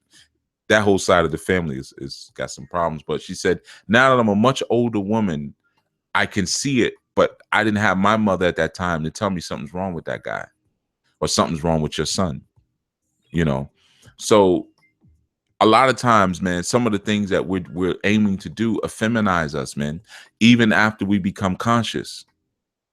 Oh, I need to build with these sisters. I need to find these sisters to join my family. No, you don't. You need to be taking stuff over. Ask your moms to do that for you, or your cousin, or your sister. You know, that shrewd sister, you know. I tell her, let her know what to do. Yeah, I'm looking for, you know, I'm trying to build this family up. I want you to do the screening for me. You know. And you go out and because there's so many arts that men need to have. I mean, the list is huge, you know. It's just as big as the arts as the women needs to have, because remember, her world is inside, your world is outside. And your situation is a lot harder because you're coming up against enemies. You're protecting her from the enemies, but your umbrella is bigger because you have to take care of her. You got to take care of your children. And at the same time, you have to go out and battle other men on the battlefield. And especially as an indigenous man, you're not only battling other men, but you're battling whole systems that are set up against you. The things that I'm talking about right now are systematic. Our sisters have been systematically programmed to work against our best interests. Systematically. So you have to battle the system inside of it, and you got to battle the system outside of it, man. It's no joke. It's no joke. Some of you move too freaking slow. That's why I told you before, you're going to get knocked from your woman, and you're going to deserve to get knocked. Because women gravitate towards structure and power. Real women, wise women, you're always going to have those idiots along the way, man, who, you know, they want to be in your spot because, again, of the programming. And they like the program. Not everybody's upset about it. For some, it works in their personal interest because they want to be the boss. They want to be Lilith. They want to be Eve talking to the serpent saying, nah, we ain't gonna die. Look what happened. Whole kingdom got messed up. So you stand in the front, you keep your guard up, and you never pass her the steering wheel. You never say, here, baby, you drive for a little while. No, you go sit in the back with the kids. You go breastfeed in the back. You know, no. I got this up here. And if I fail, then one of my brothers will grab the steering wheel. That's why it's important to have kinsmen, brothers. Just like the sisters, when we talk about polygyny, sometimes she's tired, man. Sometimes she's sick. She's on her menses or whatever. She needs some time. She needs a mental health day. That doesn't mean that you step in as a man. I know we promote that a lot, and we applaud men who do that.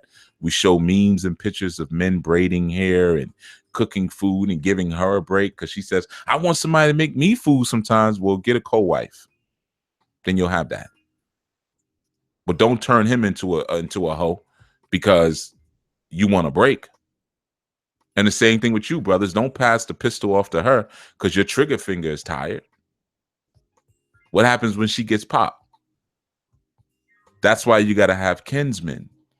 You know, you call your brother, hey, man, I need some help. You know, I'm having some trouble here. I'm trying to do this. I'm trying to do that. I'm working on my car, man. You know, it's a two-man job. Don't call your wife out there and into the yard or into the garage. You know, yeah, baby, put on these gloves, man. You're going to help me drop this engine out. You ain't doing nothing right now. Don't distort her femininity and don't distort your masculinity, man. We got to have friends. And so many of us, sadly, too often don't have any kinsmen or have any kinswomen. That's become a normal thing. So we depend on our mates for everything. And then once our mates leave, we depend on our children for everything. So nobody gets to explore what they're supposed to explore. Because what about your children? They also have duties. Your women sometimes, not all the times, but sometimes, have to be over the total grooming and preparing of your children. You know, you sisters who have daughters, have you ever Gone through the Kama Sutra with your daughters?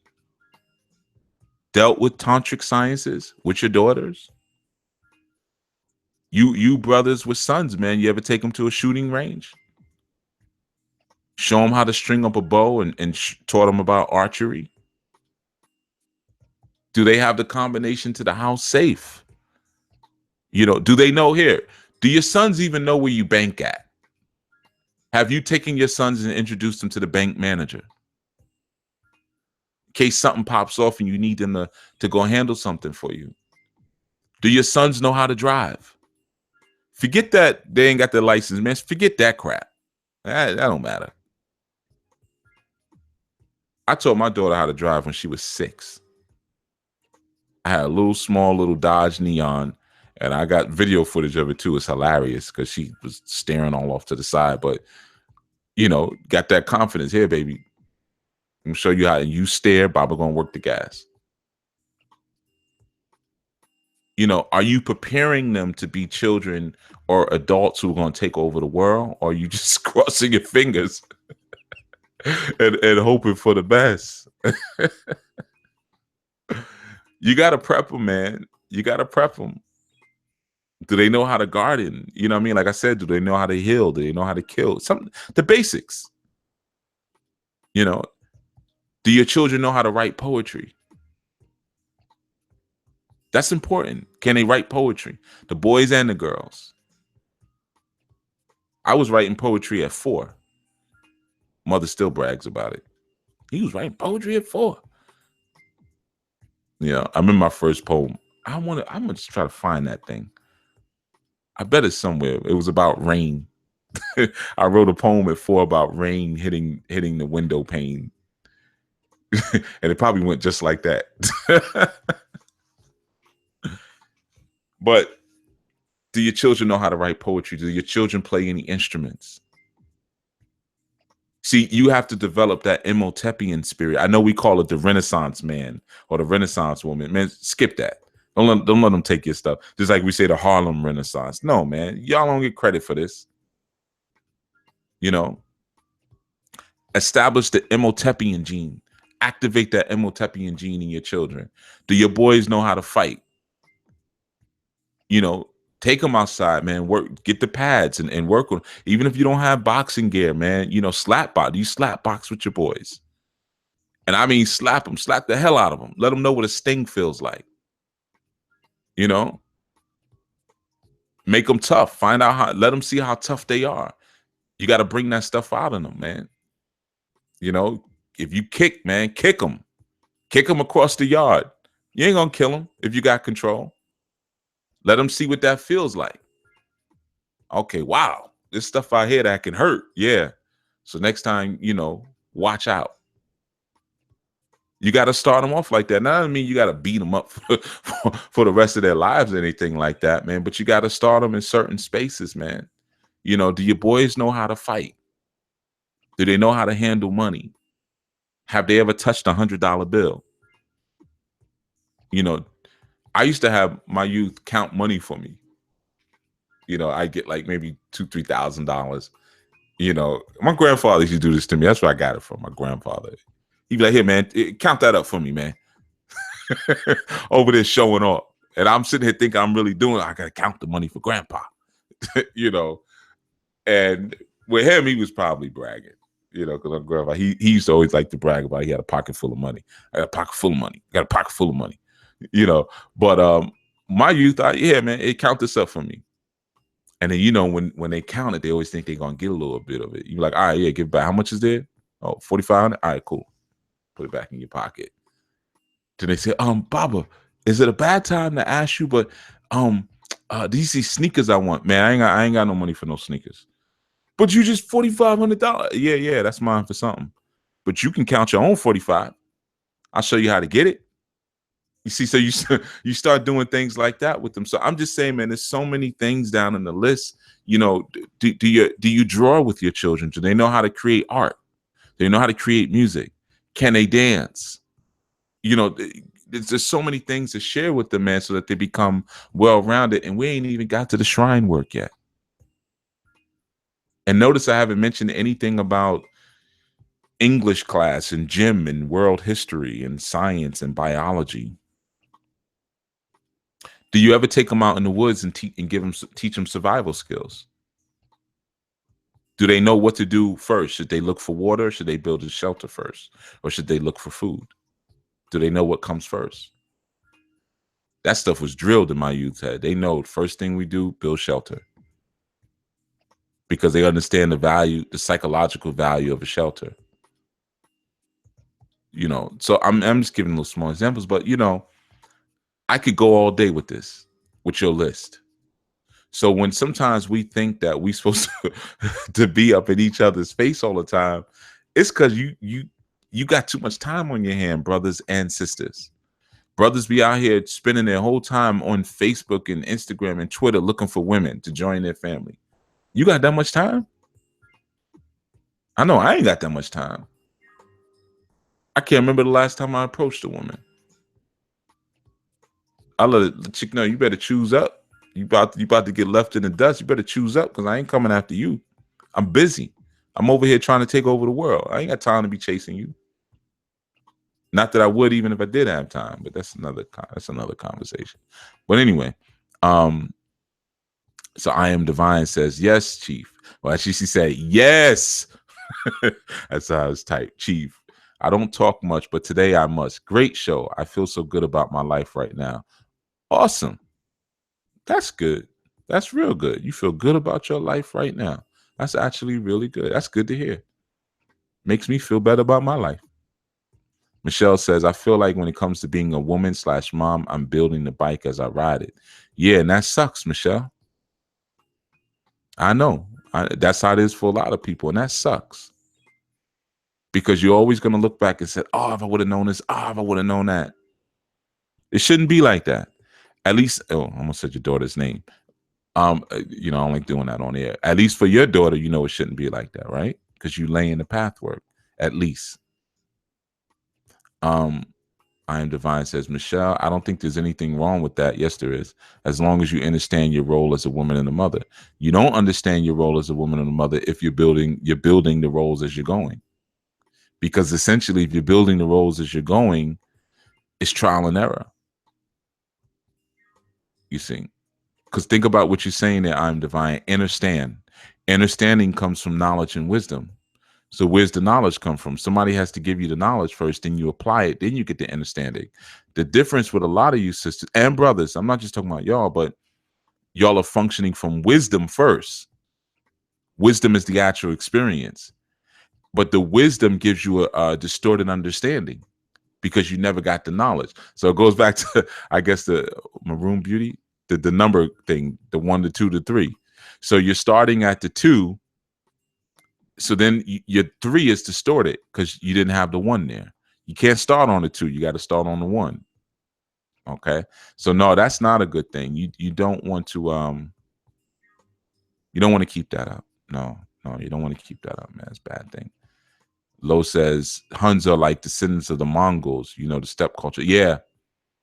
Yeah, the Mongols also very interesting culture as well. Very refined though.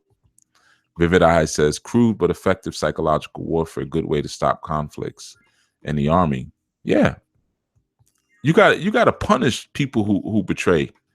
Even in the conscious collectives, the conscious networks, man. We let people do stuff, get caught up in scandals and stuff, and then nobody says anything. Like I said, we're not a people of memory. You know, it sets the wrong precedents. Sequoia says, I'm learning so much. I appreciate all the information on man and woman relationship, children, roles, and responsibilities, family, nation building, etc. And just imagine, I haven't actually even really tapped that heavy into any of that. Imagine how much is left. We're missing a lot. I'm telling you, we're missing a lot. While our young boys are figuring out how to put on condoms, you got other boys, other places that's figuring out how to take apart guns and put them back together at the same age. I Am Divine says, exactly, Chief. Don't let society raise them right. Because society is intrusive and obnoxious. Sequoia says, my 6-year-old son has a martial arts performance tonight. Yeah, I knew he was in martial arts. I spoke to Randy about that, actually. Randy and I are so excited. This is going to be his first time on stage. That's good. That's real good. All you do is just keep talking about the warrior in him. Before and after, talk about the warrior in him.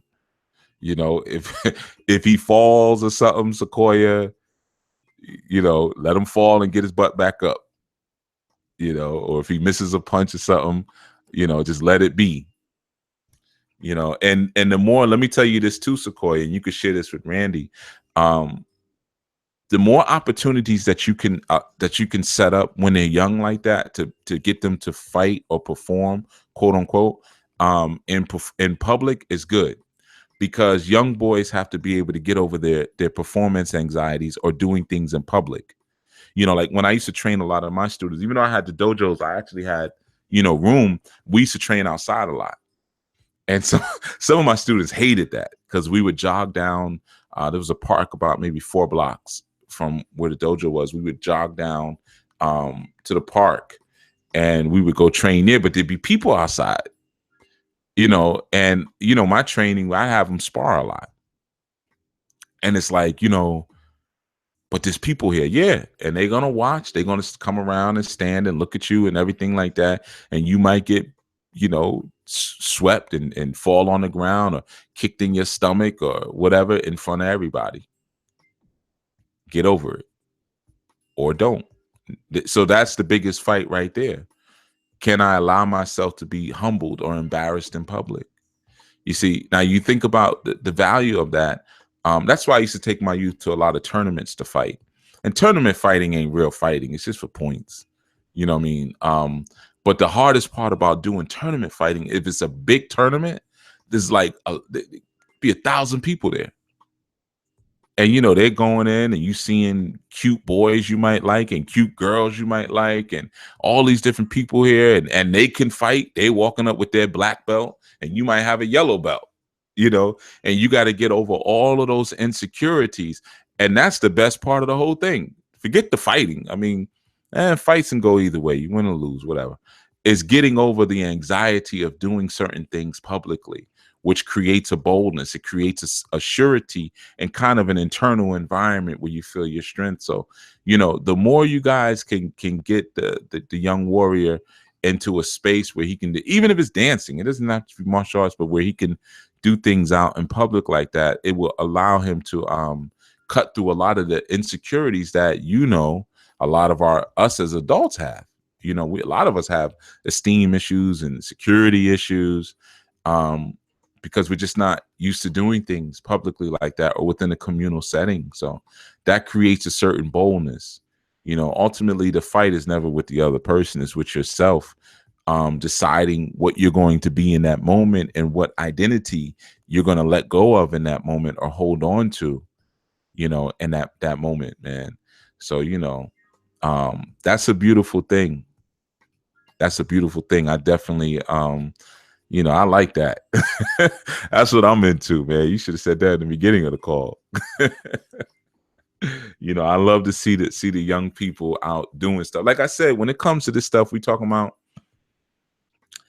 it's not impressive that us as adults can manifest things or come to certain conclusions. We supposed to be able to do that.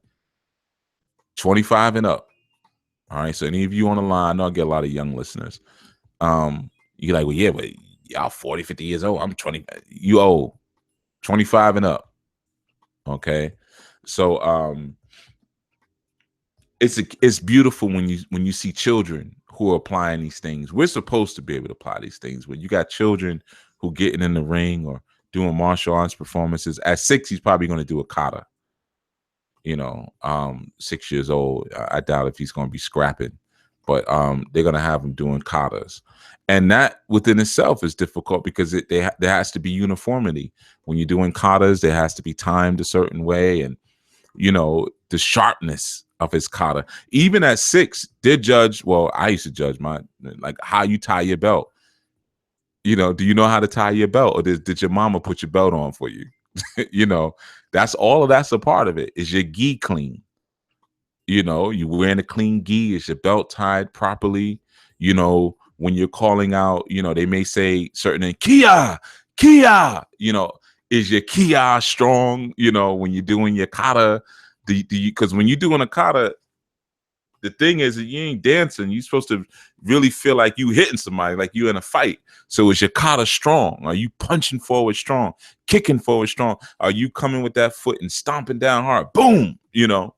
So at 6, he can have, you know, he can be taught those things. You know, he may not be knocking children's teeth out or nothing like that, but does he feel like a warrior inside? Is it, you know? I used to do this thing, I could tell y'all, because they would never know. When I first started running my rites of passage program, right, years ago, I was kind of extreme with it, man, because man, I was basically coming off the block. So I was coming with a lot of block mentality, but I used to do this thing, and I kept it implemented. I'll share this little part because you know, a lot of things are private, but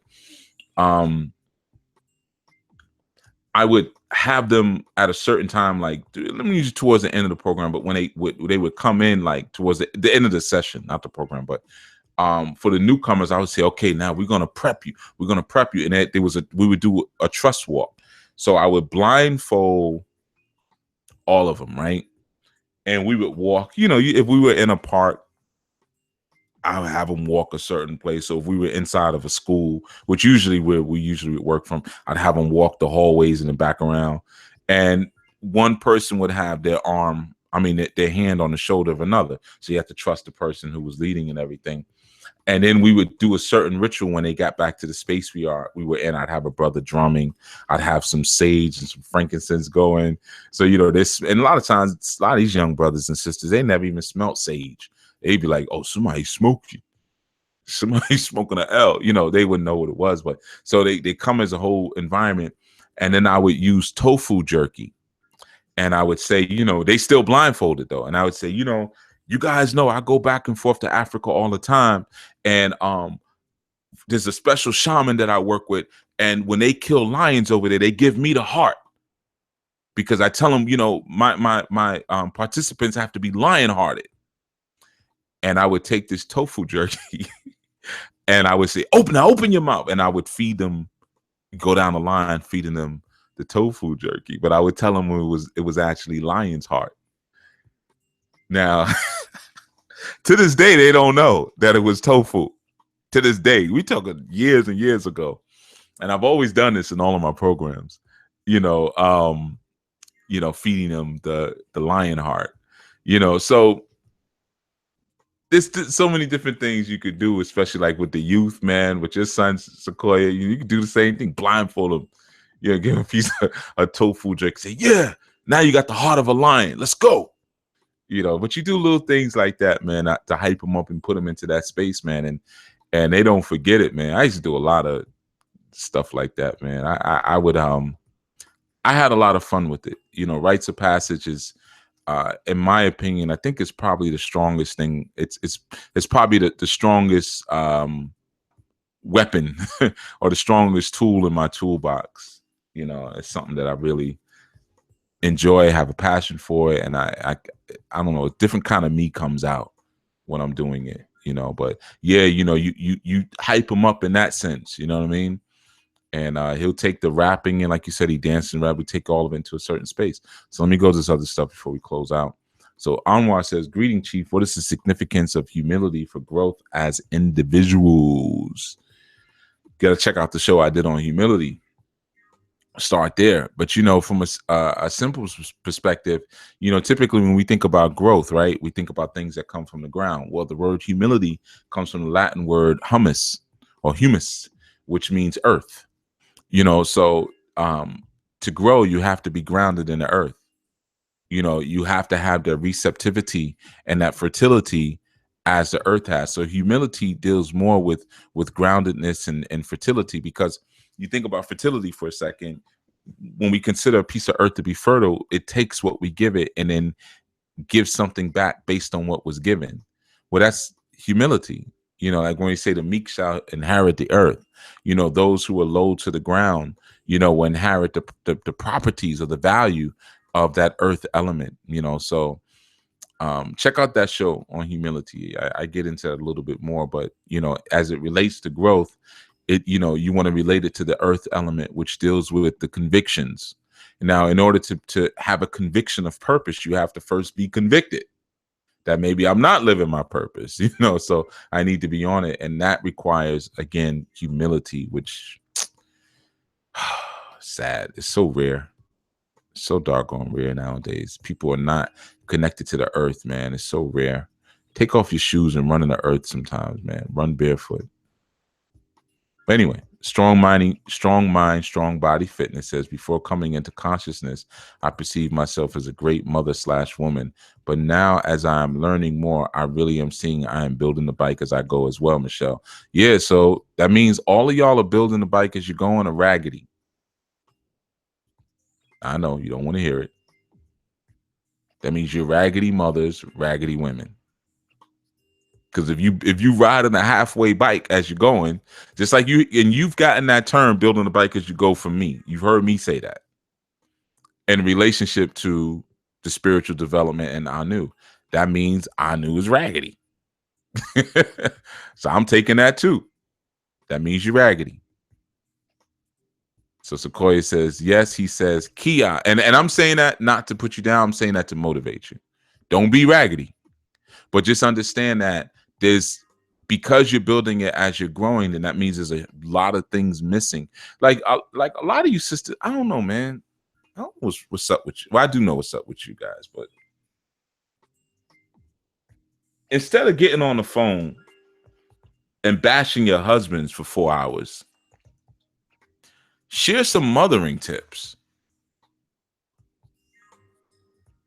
And I mean, not the stuff that you say that you think makes you sound deep, but the stuff that you've learned that you screwed up on, or the theories that you're still trying to work out. Because then, if not, then each of you has to consistently recreate the wheel over and over and over and over again. Any of you know about cloth diapers? You know, I remember cleaning cloth diapers. You know, it's so funny how quickly children grow. You know, when your babies get to that point where what they leave in the diaper no longer is like what a baby should be leaving. And you're like, all right, I'm done. But I always help out with the diapers in the beginning. You know, because I only use cloth diapers. But in the beginning, because, you know, when they go in the beginning, it's almost sweet. It's like, oh, okay, that doesn't even smell. That's all right. But then when you start feeding them solids, it's like, yo, that looks like I just went in a diaper. Nope. You know, you start calling your empress over. Hey, babe, I left these diapers here in the soap in this plastic basin. I'm gonna leave them here to soak for you, baby. All right, I'm gonna head out. Yeah, I'm gonna head out. You know, man. But yeah, man, are you sharing that type of information? Using cornmeal instead of baby powder for diaper rashes, you know? It's stuff I know. I'm a guy. I ain't supposed to know this stuff. You know, glass bottles. Do you keep your glass bottles to share with sisters when they have children? Man, I got a whole cabinet full of glass bottles, man. Sometimes I use them. I put gin in them when I'm going to give libations. But, you know, I got all these glass baby bottles because I ain't messing around with that plastic stuff. But, you know, just things like that, man. Are you sharing these different, you know, sciences with each other?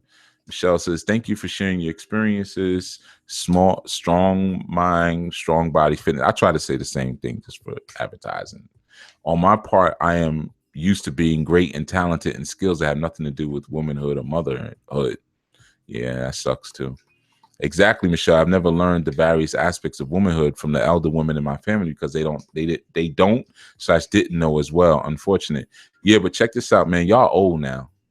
Y'all those elders. So, and then Michelle says, so my conditioned ego has been going through it. I also want to be great in this role, so seeing myself as deficient frustrates me. No, don't be frustrated. You're deficient because that's the society has aimed it that way. But look at it now. Now you know you're deficient. See, that's why I said, yeah, y'all raggedy. I said that for a reason. Because now you can't be fooled by the same thing. You can't have somebody walk up to you and say, you know, you're doing a great job with those babies. You might say thank you, but you know in yourself, there's so much more I'm going to be doing. Watch this. There's so much more. And you say, I have to change the way I think to comprehend motherhood. Michelle says, ultimately, it's for my youth. So I have to build this bike while climbing the Himalayas in a t-shirt. So be it. Then so be it. Exactly. Exactly. Michelle says, I know the frustrations of having no elders, strong mind, strong body, fitness, but we have to take responsibility and become elders we need. Right. I will, my flim flam bike gets my child further where I started in a better model. I agree, Chief Raggedy. That's why I'm working to be better. That's strong mind, strong body, fitness. Right. And let me tell you something. It's not a battle to not be raggedy that needs to take 15 years. Doesn't even need to take 12 months. You know, sometimes you got to go through an intensive. You know what I mean? You got to go through an intensive if it's important to you. You know, you're both mothers. I know that. You know, I know strong mind, strong body, fitness. Your child's a little older, but nonetheless, you're still a mother. And like I shared last night, even once that child is an adult, there's still responsibilities and roles that are given to mothers, depending on the culture of your family. Like I said, typically in ancient times, it was the mother and the chief or the king that ran the harems. So that means your mother might be 60, 70 years old. She's still helping to run the harem.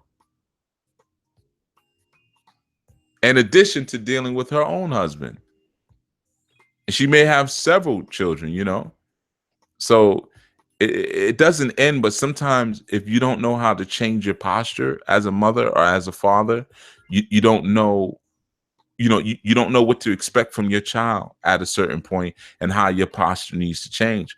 The elder men who were in my family as a youth, as I became older, they became more like brothers. You know, less than like, you know, elders in the same way, but more like brothers. And the advice that they gave me and things, or I gave them, which was usually the case, was more like brotherly advice, you know, because the posturing changes. So even as your children grow as a mother, your posturing has to change to reflect that. And sometimes I know people want to hold on to certain paradigms and ways because it's comfortable to them. Well, you always be my baby. I wish somebody would tell me some stupidness like that. Somebody said that once about me. It's like, you know, you always gonna be your mother's baby. I said, oh no, I ain't. You know, and of course my family was like, yo, why you always gotta say something, right? Why can't you just let stuff ride? And I said, because that was offensive to me.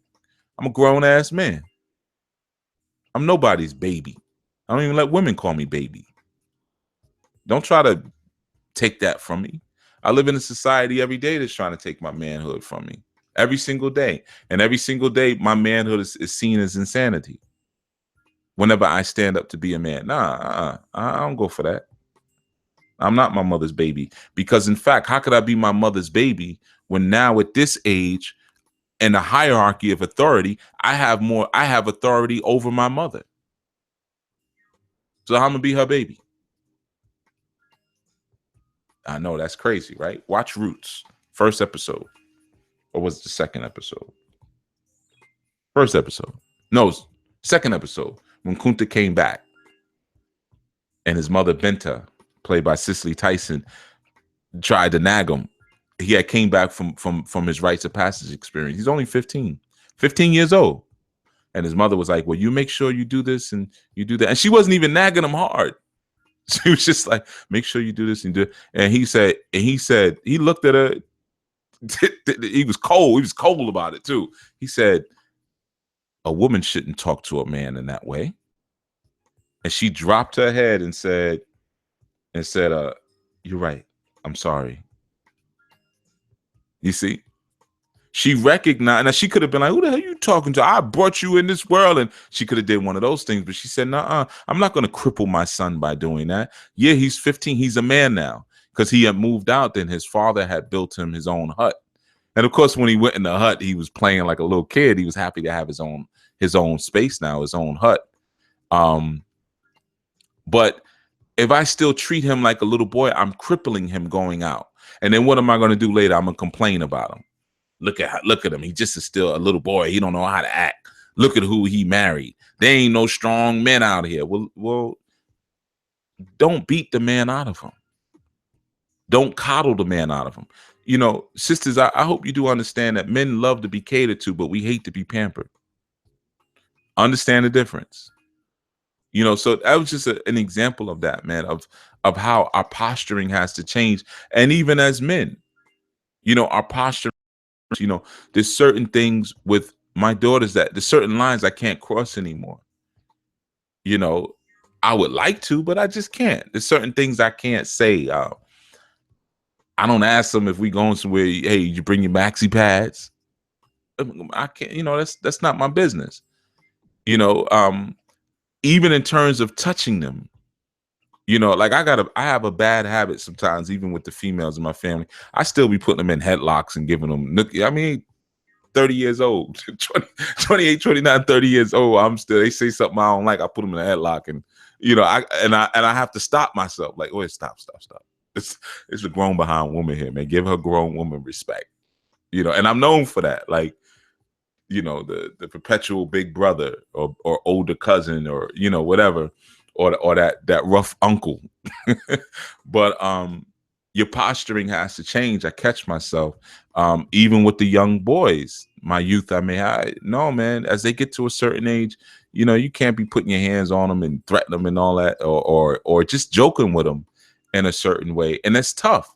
But if you've gone through the processes and the stages properly in terms of the rites of passage, you got to trust that they're prepared at each stage, because they've proved to you that they've been prepared at each stage. You know, as you all know, I don't show my youth on camera, but you did see one of my youth recently, and I put up that Instagram post.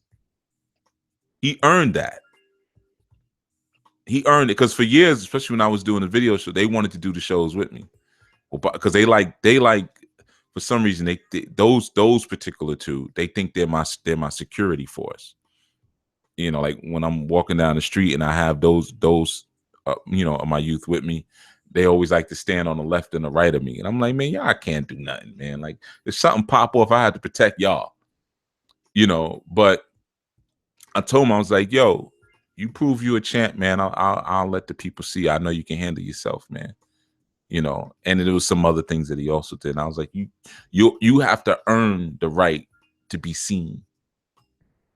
You see, because I don't know if you can handle it. Now, my girls, you ain't seen them, and you ain't gonna see them. You can forget that. you see what I'm saying? So, yeah, that's exactly what I'm speaking about, Lo. Notice you still ain't seen the room you love. And ultimately, you still don't know how many youth I have, right? You ain't gonna know that either. Who they are, where they are. So that's a part of what a man has to do in terms of that protective aspect, you know?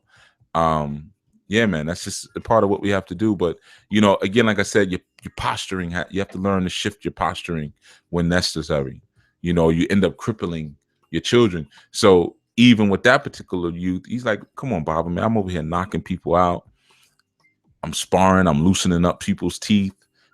You know what I'm saying? Like, I'm thumping now. You know, come on, you can't give me a shot. He kept saying, I want this. When you gonna give me a shout out? When you gonna give me a shout out? All right, you earned a shout out. I got you. You earned a shout out. But there's still so much you don't know, and you won't know.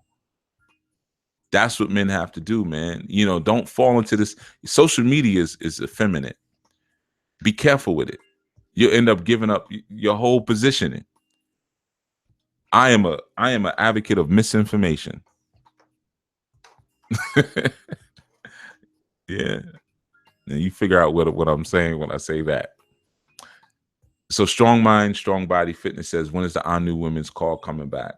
I'm reorganizing it. Yeah, I'm reorganizing it. It'll be back soon, but it has to be different this time around.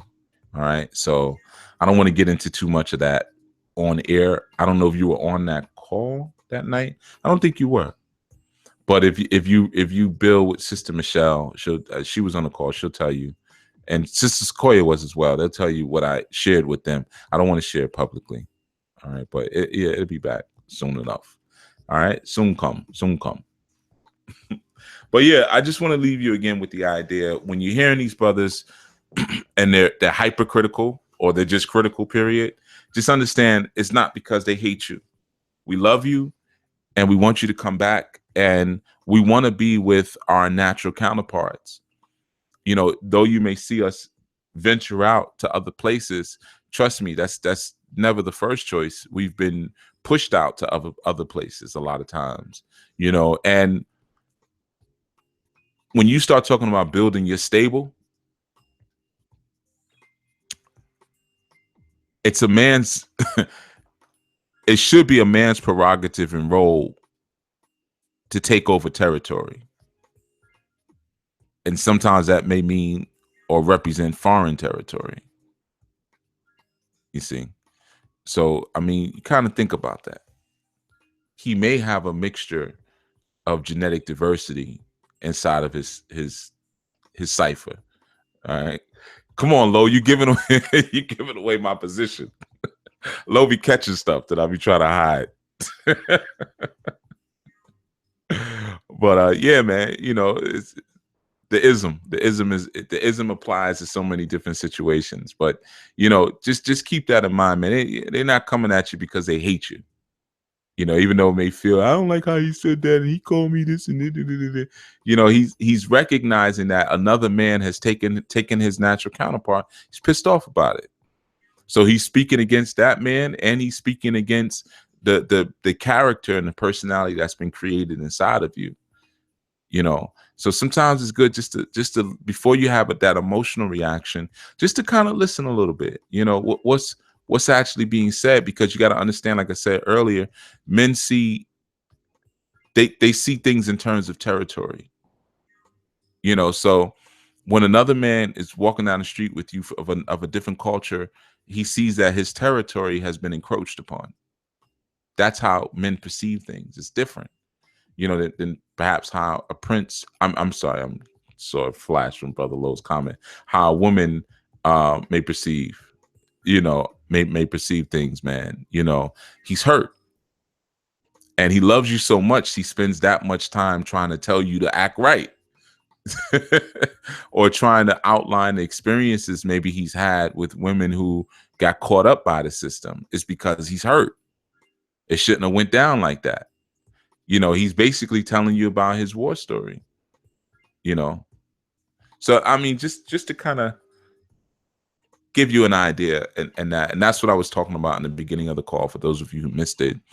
Something that had come up, and I just wanted to share that, just kind of share the perspective. And again, I'm not speaking for all men. I don't want to co-sign, because there are some guys out here who are purposely and deliberately hurtful, and there are some females out here who are purposely and deliberately helpful. So hurtful. So I'm not going to say that it's all coming from a good place, you know, but a lot of times it's all bunched up into one thing. Oh, he's abusive. He told me I shouldn't wear a weave, or, you know, I shouldn't wear provocative clothing or whatever. Oh, he's abusive.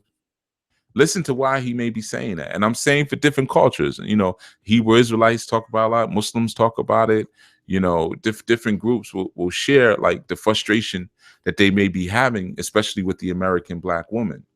But understand it, they're sharing that because they wanted you. They tried to make it work with you, and there was some programming there. So they're outlining the program, and everyone's not going to come to you with some soft, you know what, sister, let me tell you this and let me tell you that. You know, most of the guys who are coming at you like that, they not into you anyway.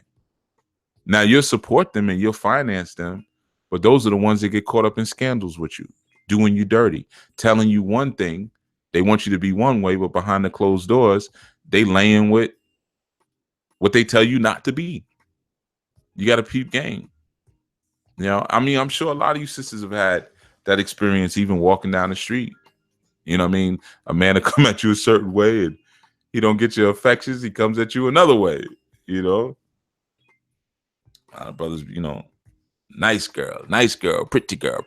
You're walking by, and you're nice girl. Yes, sexy and fat. Nice fat girl, sexy, pretty girl, nice girl. And let you get like a block away. What's he gonna say? Ugly bitch! You ugly bitch!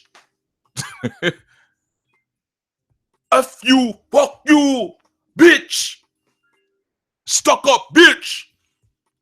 Then the next girl comes, it starts all over again. Nice girl, pretty girl, nice girl, pretty girl, slim and sexy, maga and sexy, nice girl, pretty girl, pretty girl, pretty girl, pretty girl, pretty girl, bitch.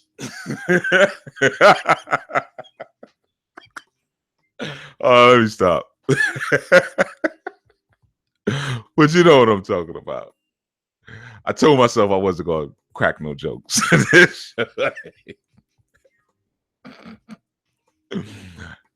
Try to keep it serious with you. I can't help it. Our people are so funny, man. You gotta laugh. You know our people are funny, man. We do some of the dumbest stuff, you know? Yeah, we do some of the dumbest. As soon as she gets to the corner, now all of a sudden she's stuck up and ugly. All of a sudden, she's too skinny, she's too fat. Mumpy bitch. She's mumpy now. But when she walked in front of you, she was fat and sexy. Fat and sexy. The poom poom fat sexy. Me see the poom poom from the back. Fat and sexy. She's all of that, right? Get to that corner. Oh my goodness. Oh my goodness. He gonna let you have it. As soon as you get that, you didn't stop and say nothing. Oh goodness. You know? And that might be the spot you get off at the bus every day. You gotta see him every day. He right out there. Taxi, taxi, taxi. Nice girl, taxi. Come get the taxi, taxi. Yeah, my brothers, my brothers. Oh man, we need healing. And Jesus. We need Jesus. Baby Jesus and adult Jesus. Jesus Harold Christ. All right, so I'm gonna get out of here. We'll be back tomorrow's Friday, Cinco de Mayo. All right, so definitely give some love to our brothers from the Isle of Hispaniola. Cinco de Mayo, and our sisters, mi hermanas. Let's do it for La Raza, Holmes. Tomorrow's Cinco de Mayo. So they're going to be popping them. Puerto Ricans going to be down in the city, popping them guns off in the air and ripping off bras. All right. So it's going to be a good time all around. They're going to have Puerto Rico, what? Playing back to back on the radio all day. All right. So just be informed. But anyway, man, I'm joking. Yeah, so we'll be back tomorrow, first thing in the dawning, man, to get it popping and to get it moving. And you sisters link up. I see that there was a little conversation in the chat. Sister Sequoia said there's been some other women who reached out to me when they want to connect with other women too. So yeah, man, you all link up, man, and share some good information. Share some nutrients around, man. Not the poison, but share the nutrients, And you single sisters, man, get with somebody, man. Stop being single, man. You scare me. It's like when Mutombo, remember basketball player Mutombo, every time he would run down the court, I get nervous. He was so doggone tall. And his ankles, he had these little tiny African ankles. And I used to always think he was going to break his foot every time he ran down the court. That's how I feel when I see you sisters, you single sisters out here, single for a real long time, over here just hopping on penis hopping. I know you're gonna crash into a wall at some point. I see it coming. Or especially when you're talking to the married sisters. A lot of times you be sharing some bad guidance. You ain't gotta listen to him, girl. You could be single like me, girl. Messing each other up. So yeah, man, get somebody of quality, of value. But all right, we're gonna head on out of here. I got some things to do. Got a lot of work. Today is a jam-packed day. It's been all dawning, and it's gonna be all afternoon. Man, I might have to hit the music store today. I put that little video up recently and show what I do on my rough days. I sneak into the music store and kind of flush out all of my nervous energy.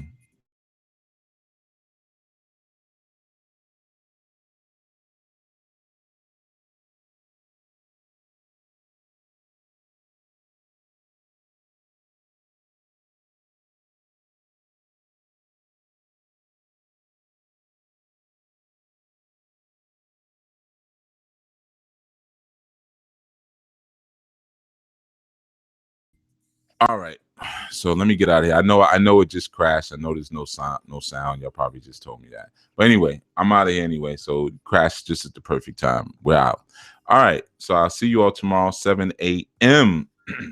And if you are not members of SUICIDAL House or classes, join up. We're still working on the classes. We've been having to put them together one by one. So I know some of you reached out and said, I still don't see all my classes. Give us a moment.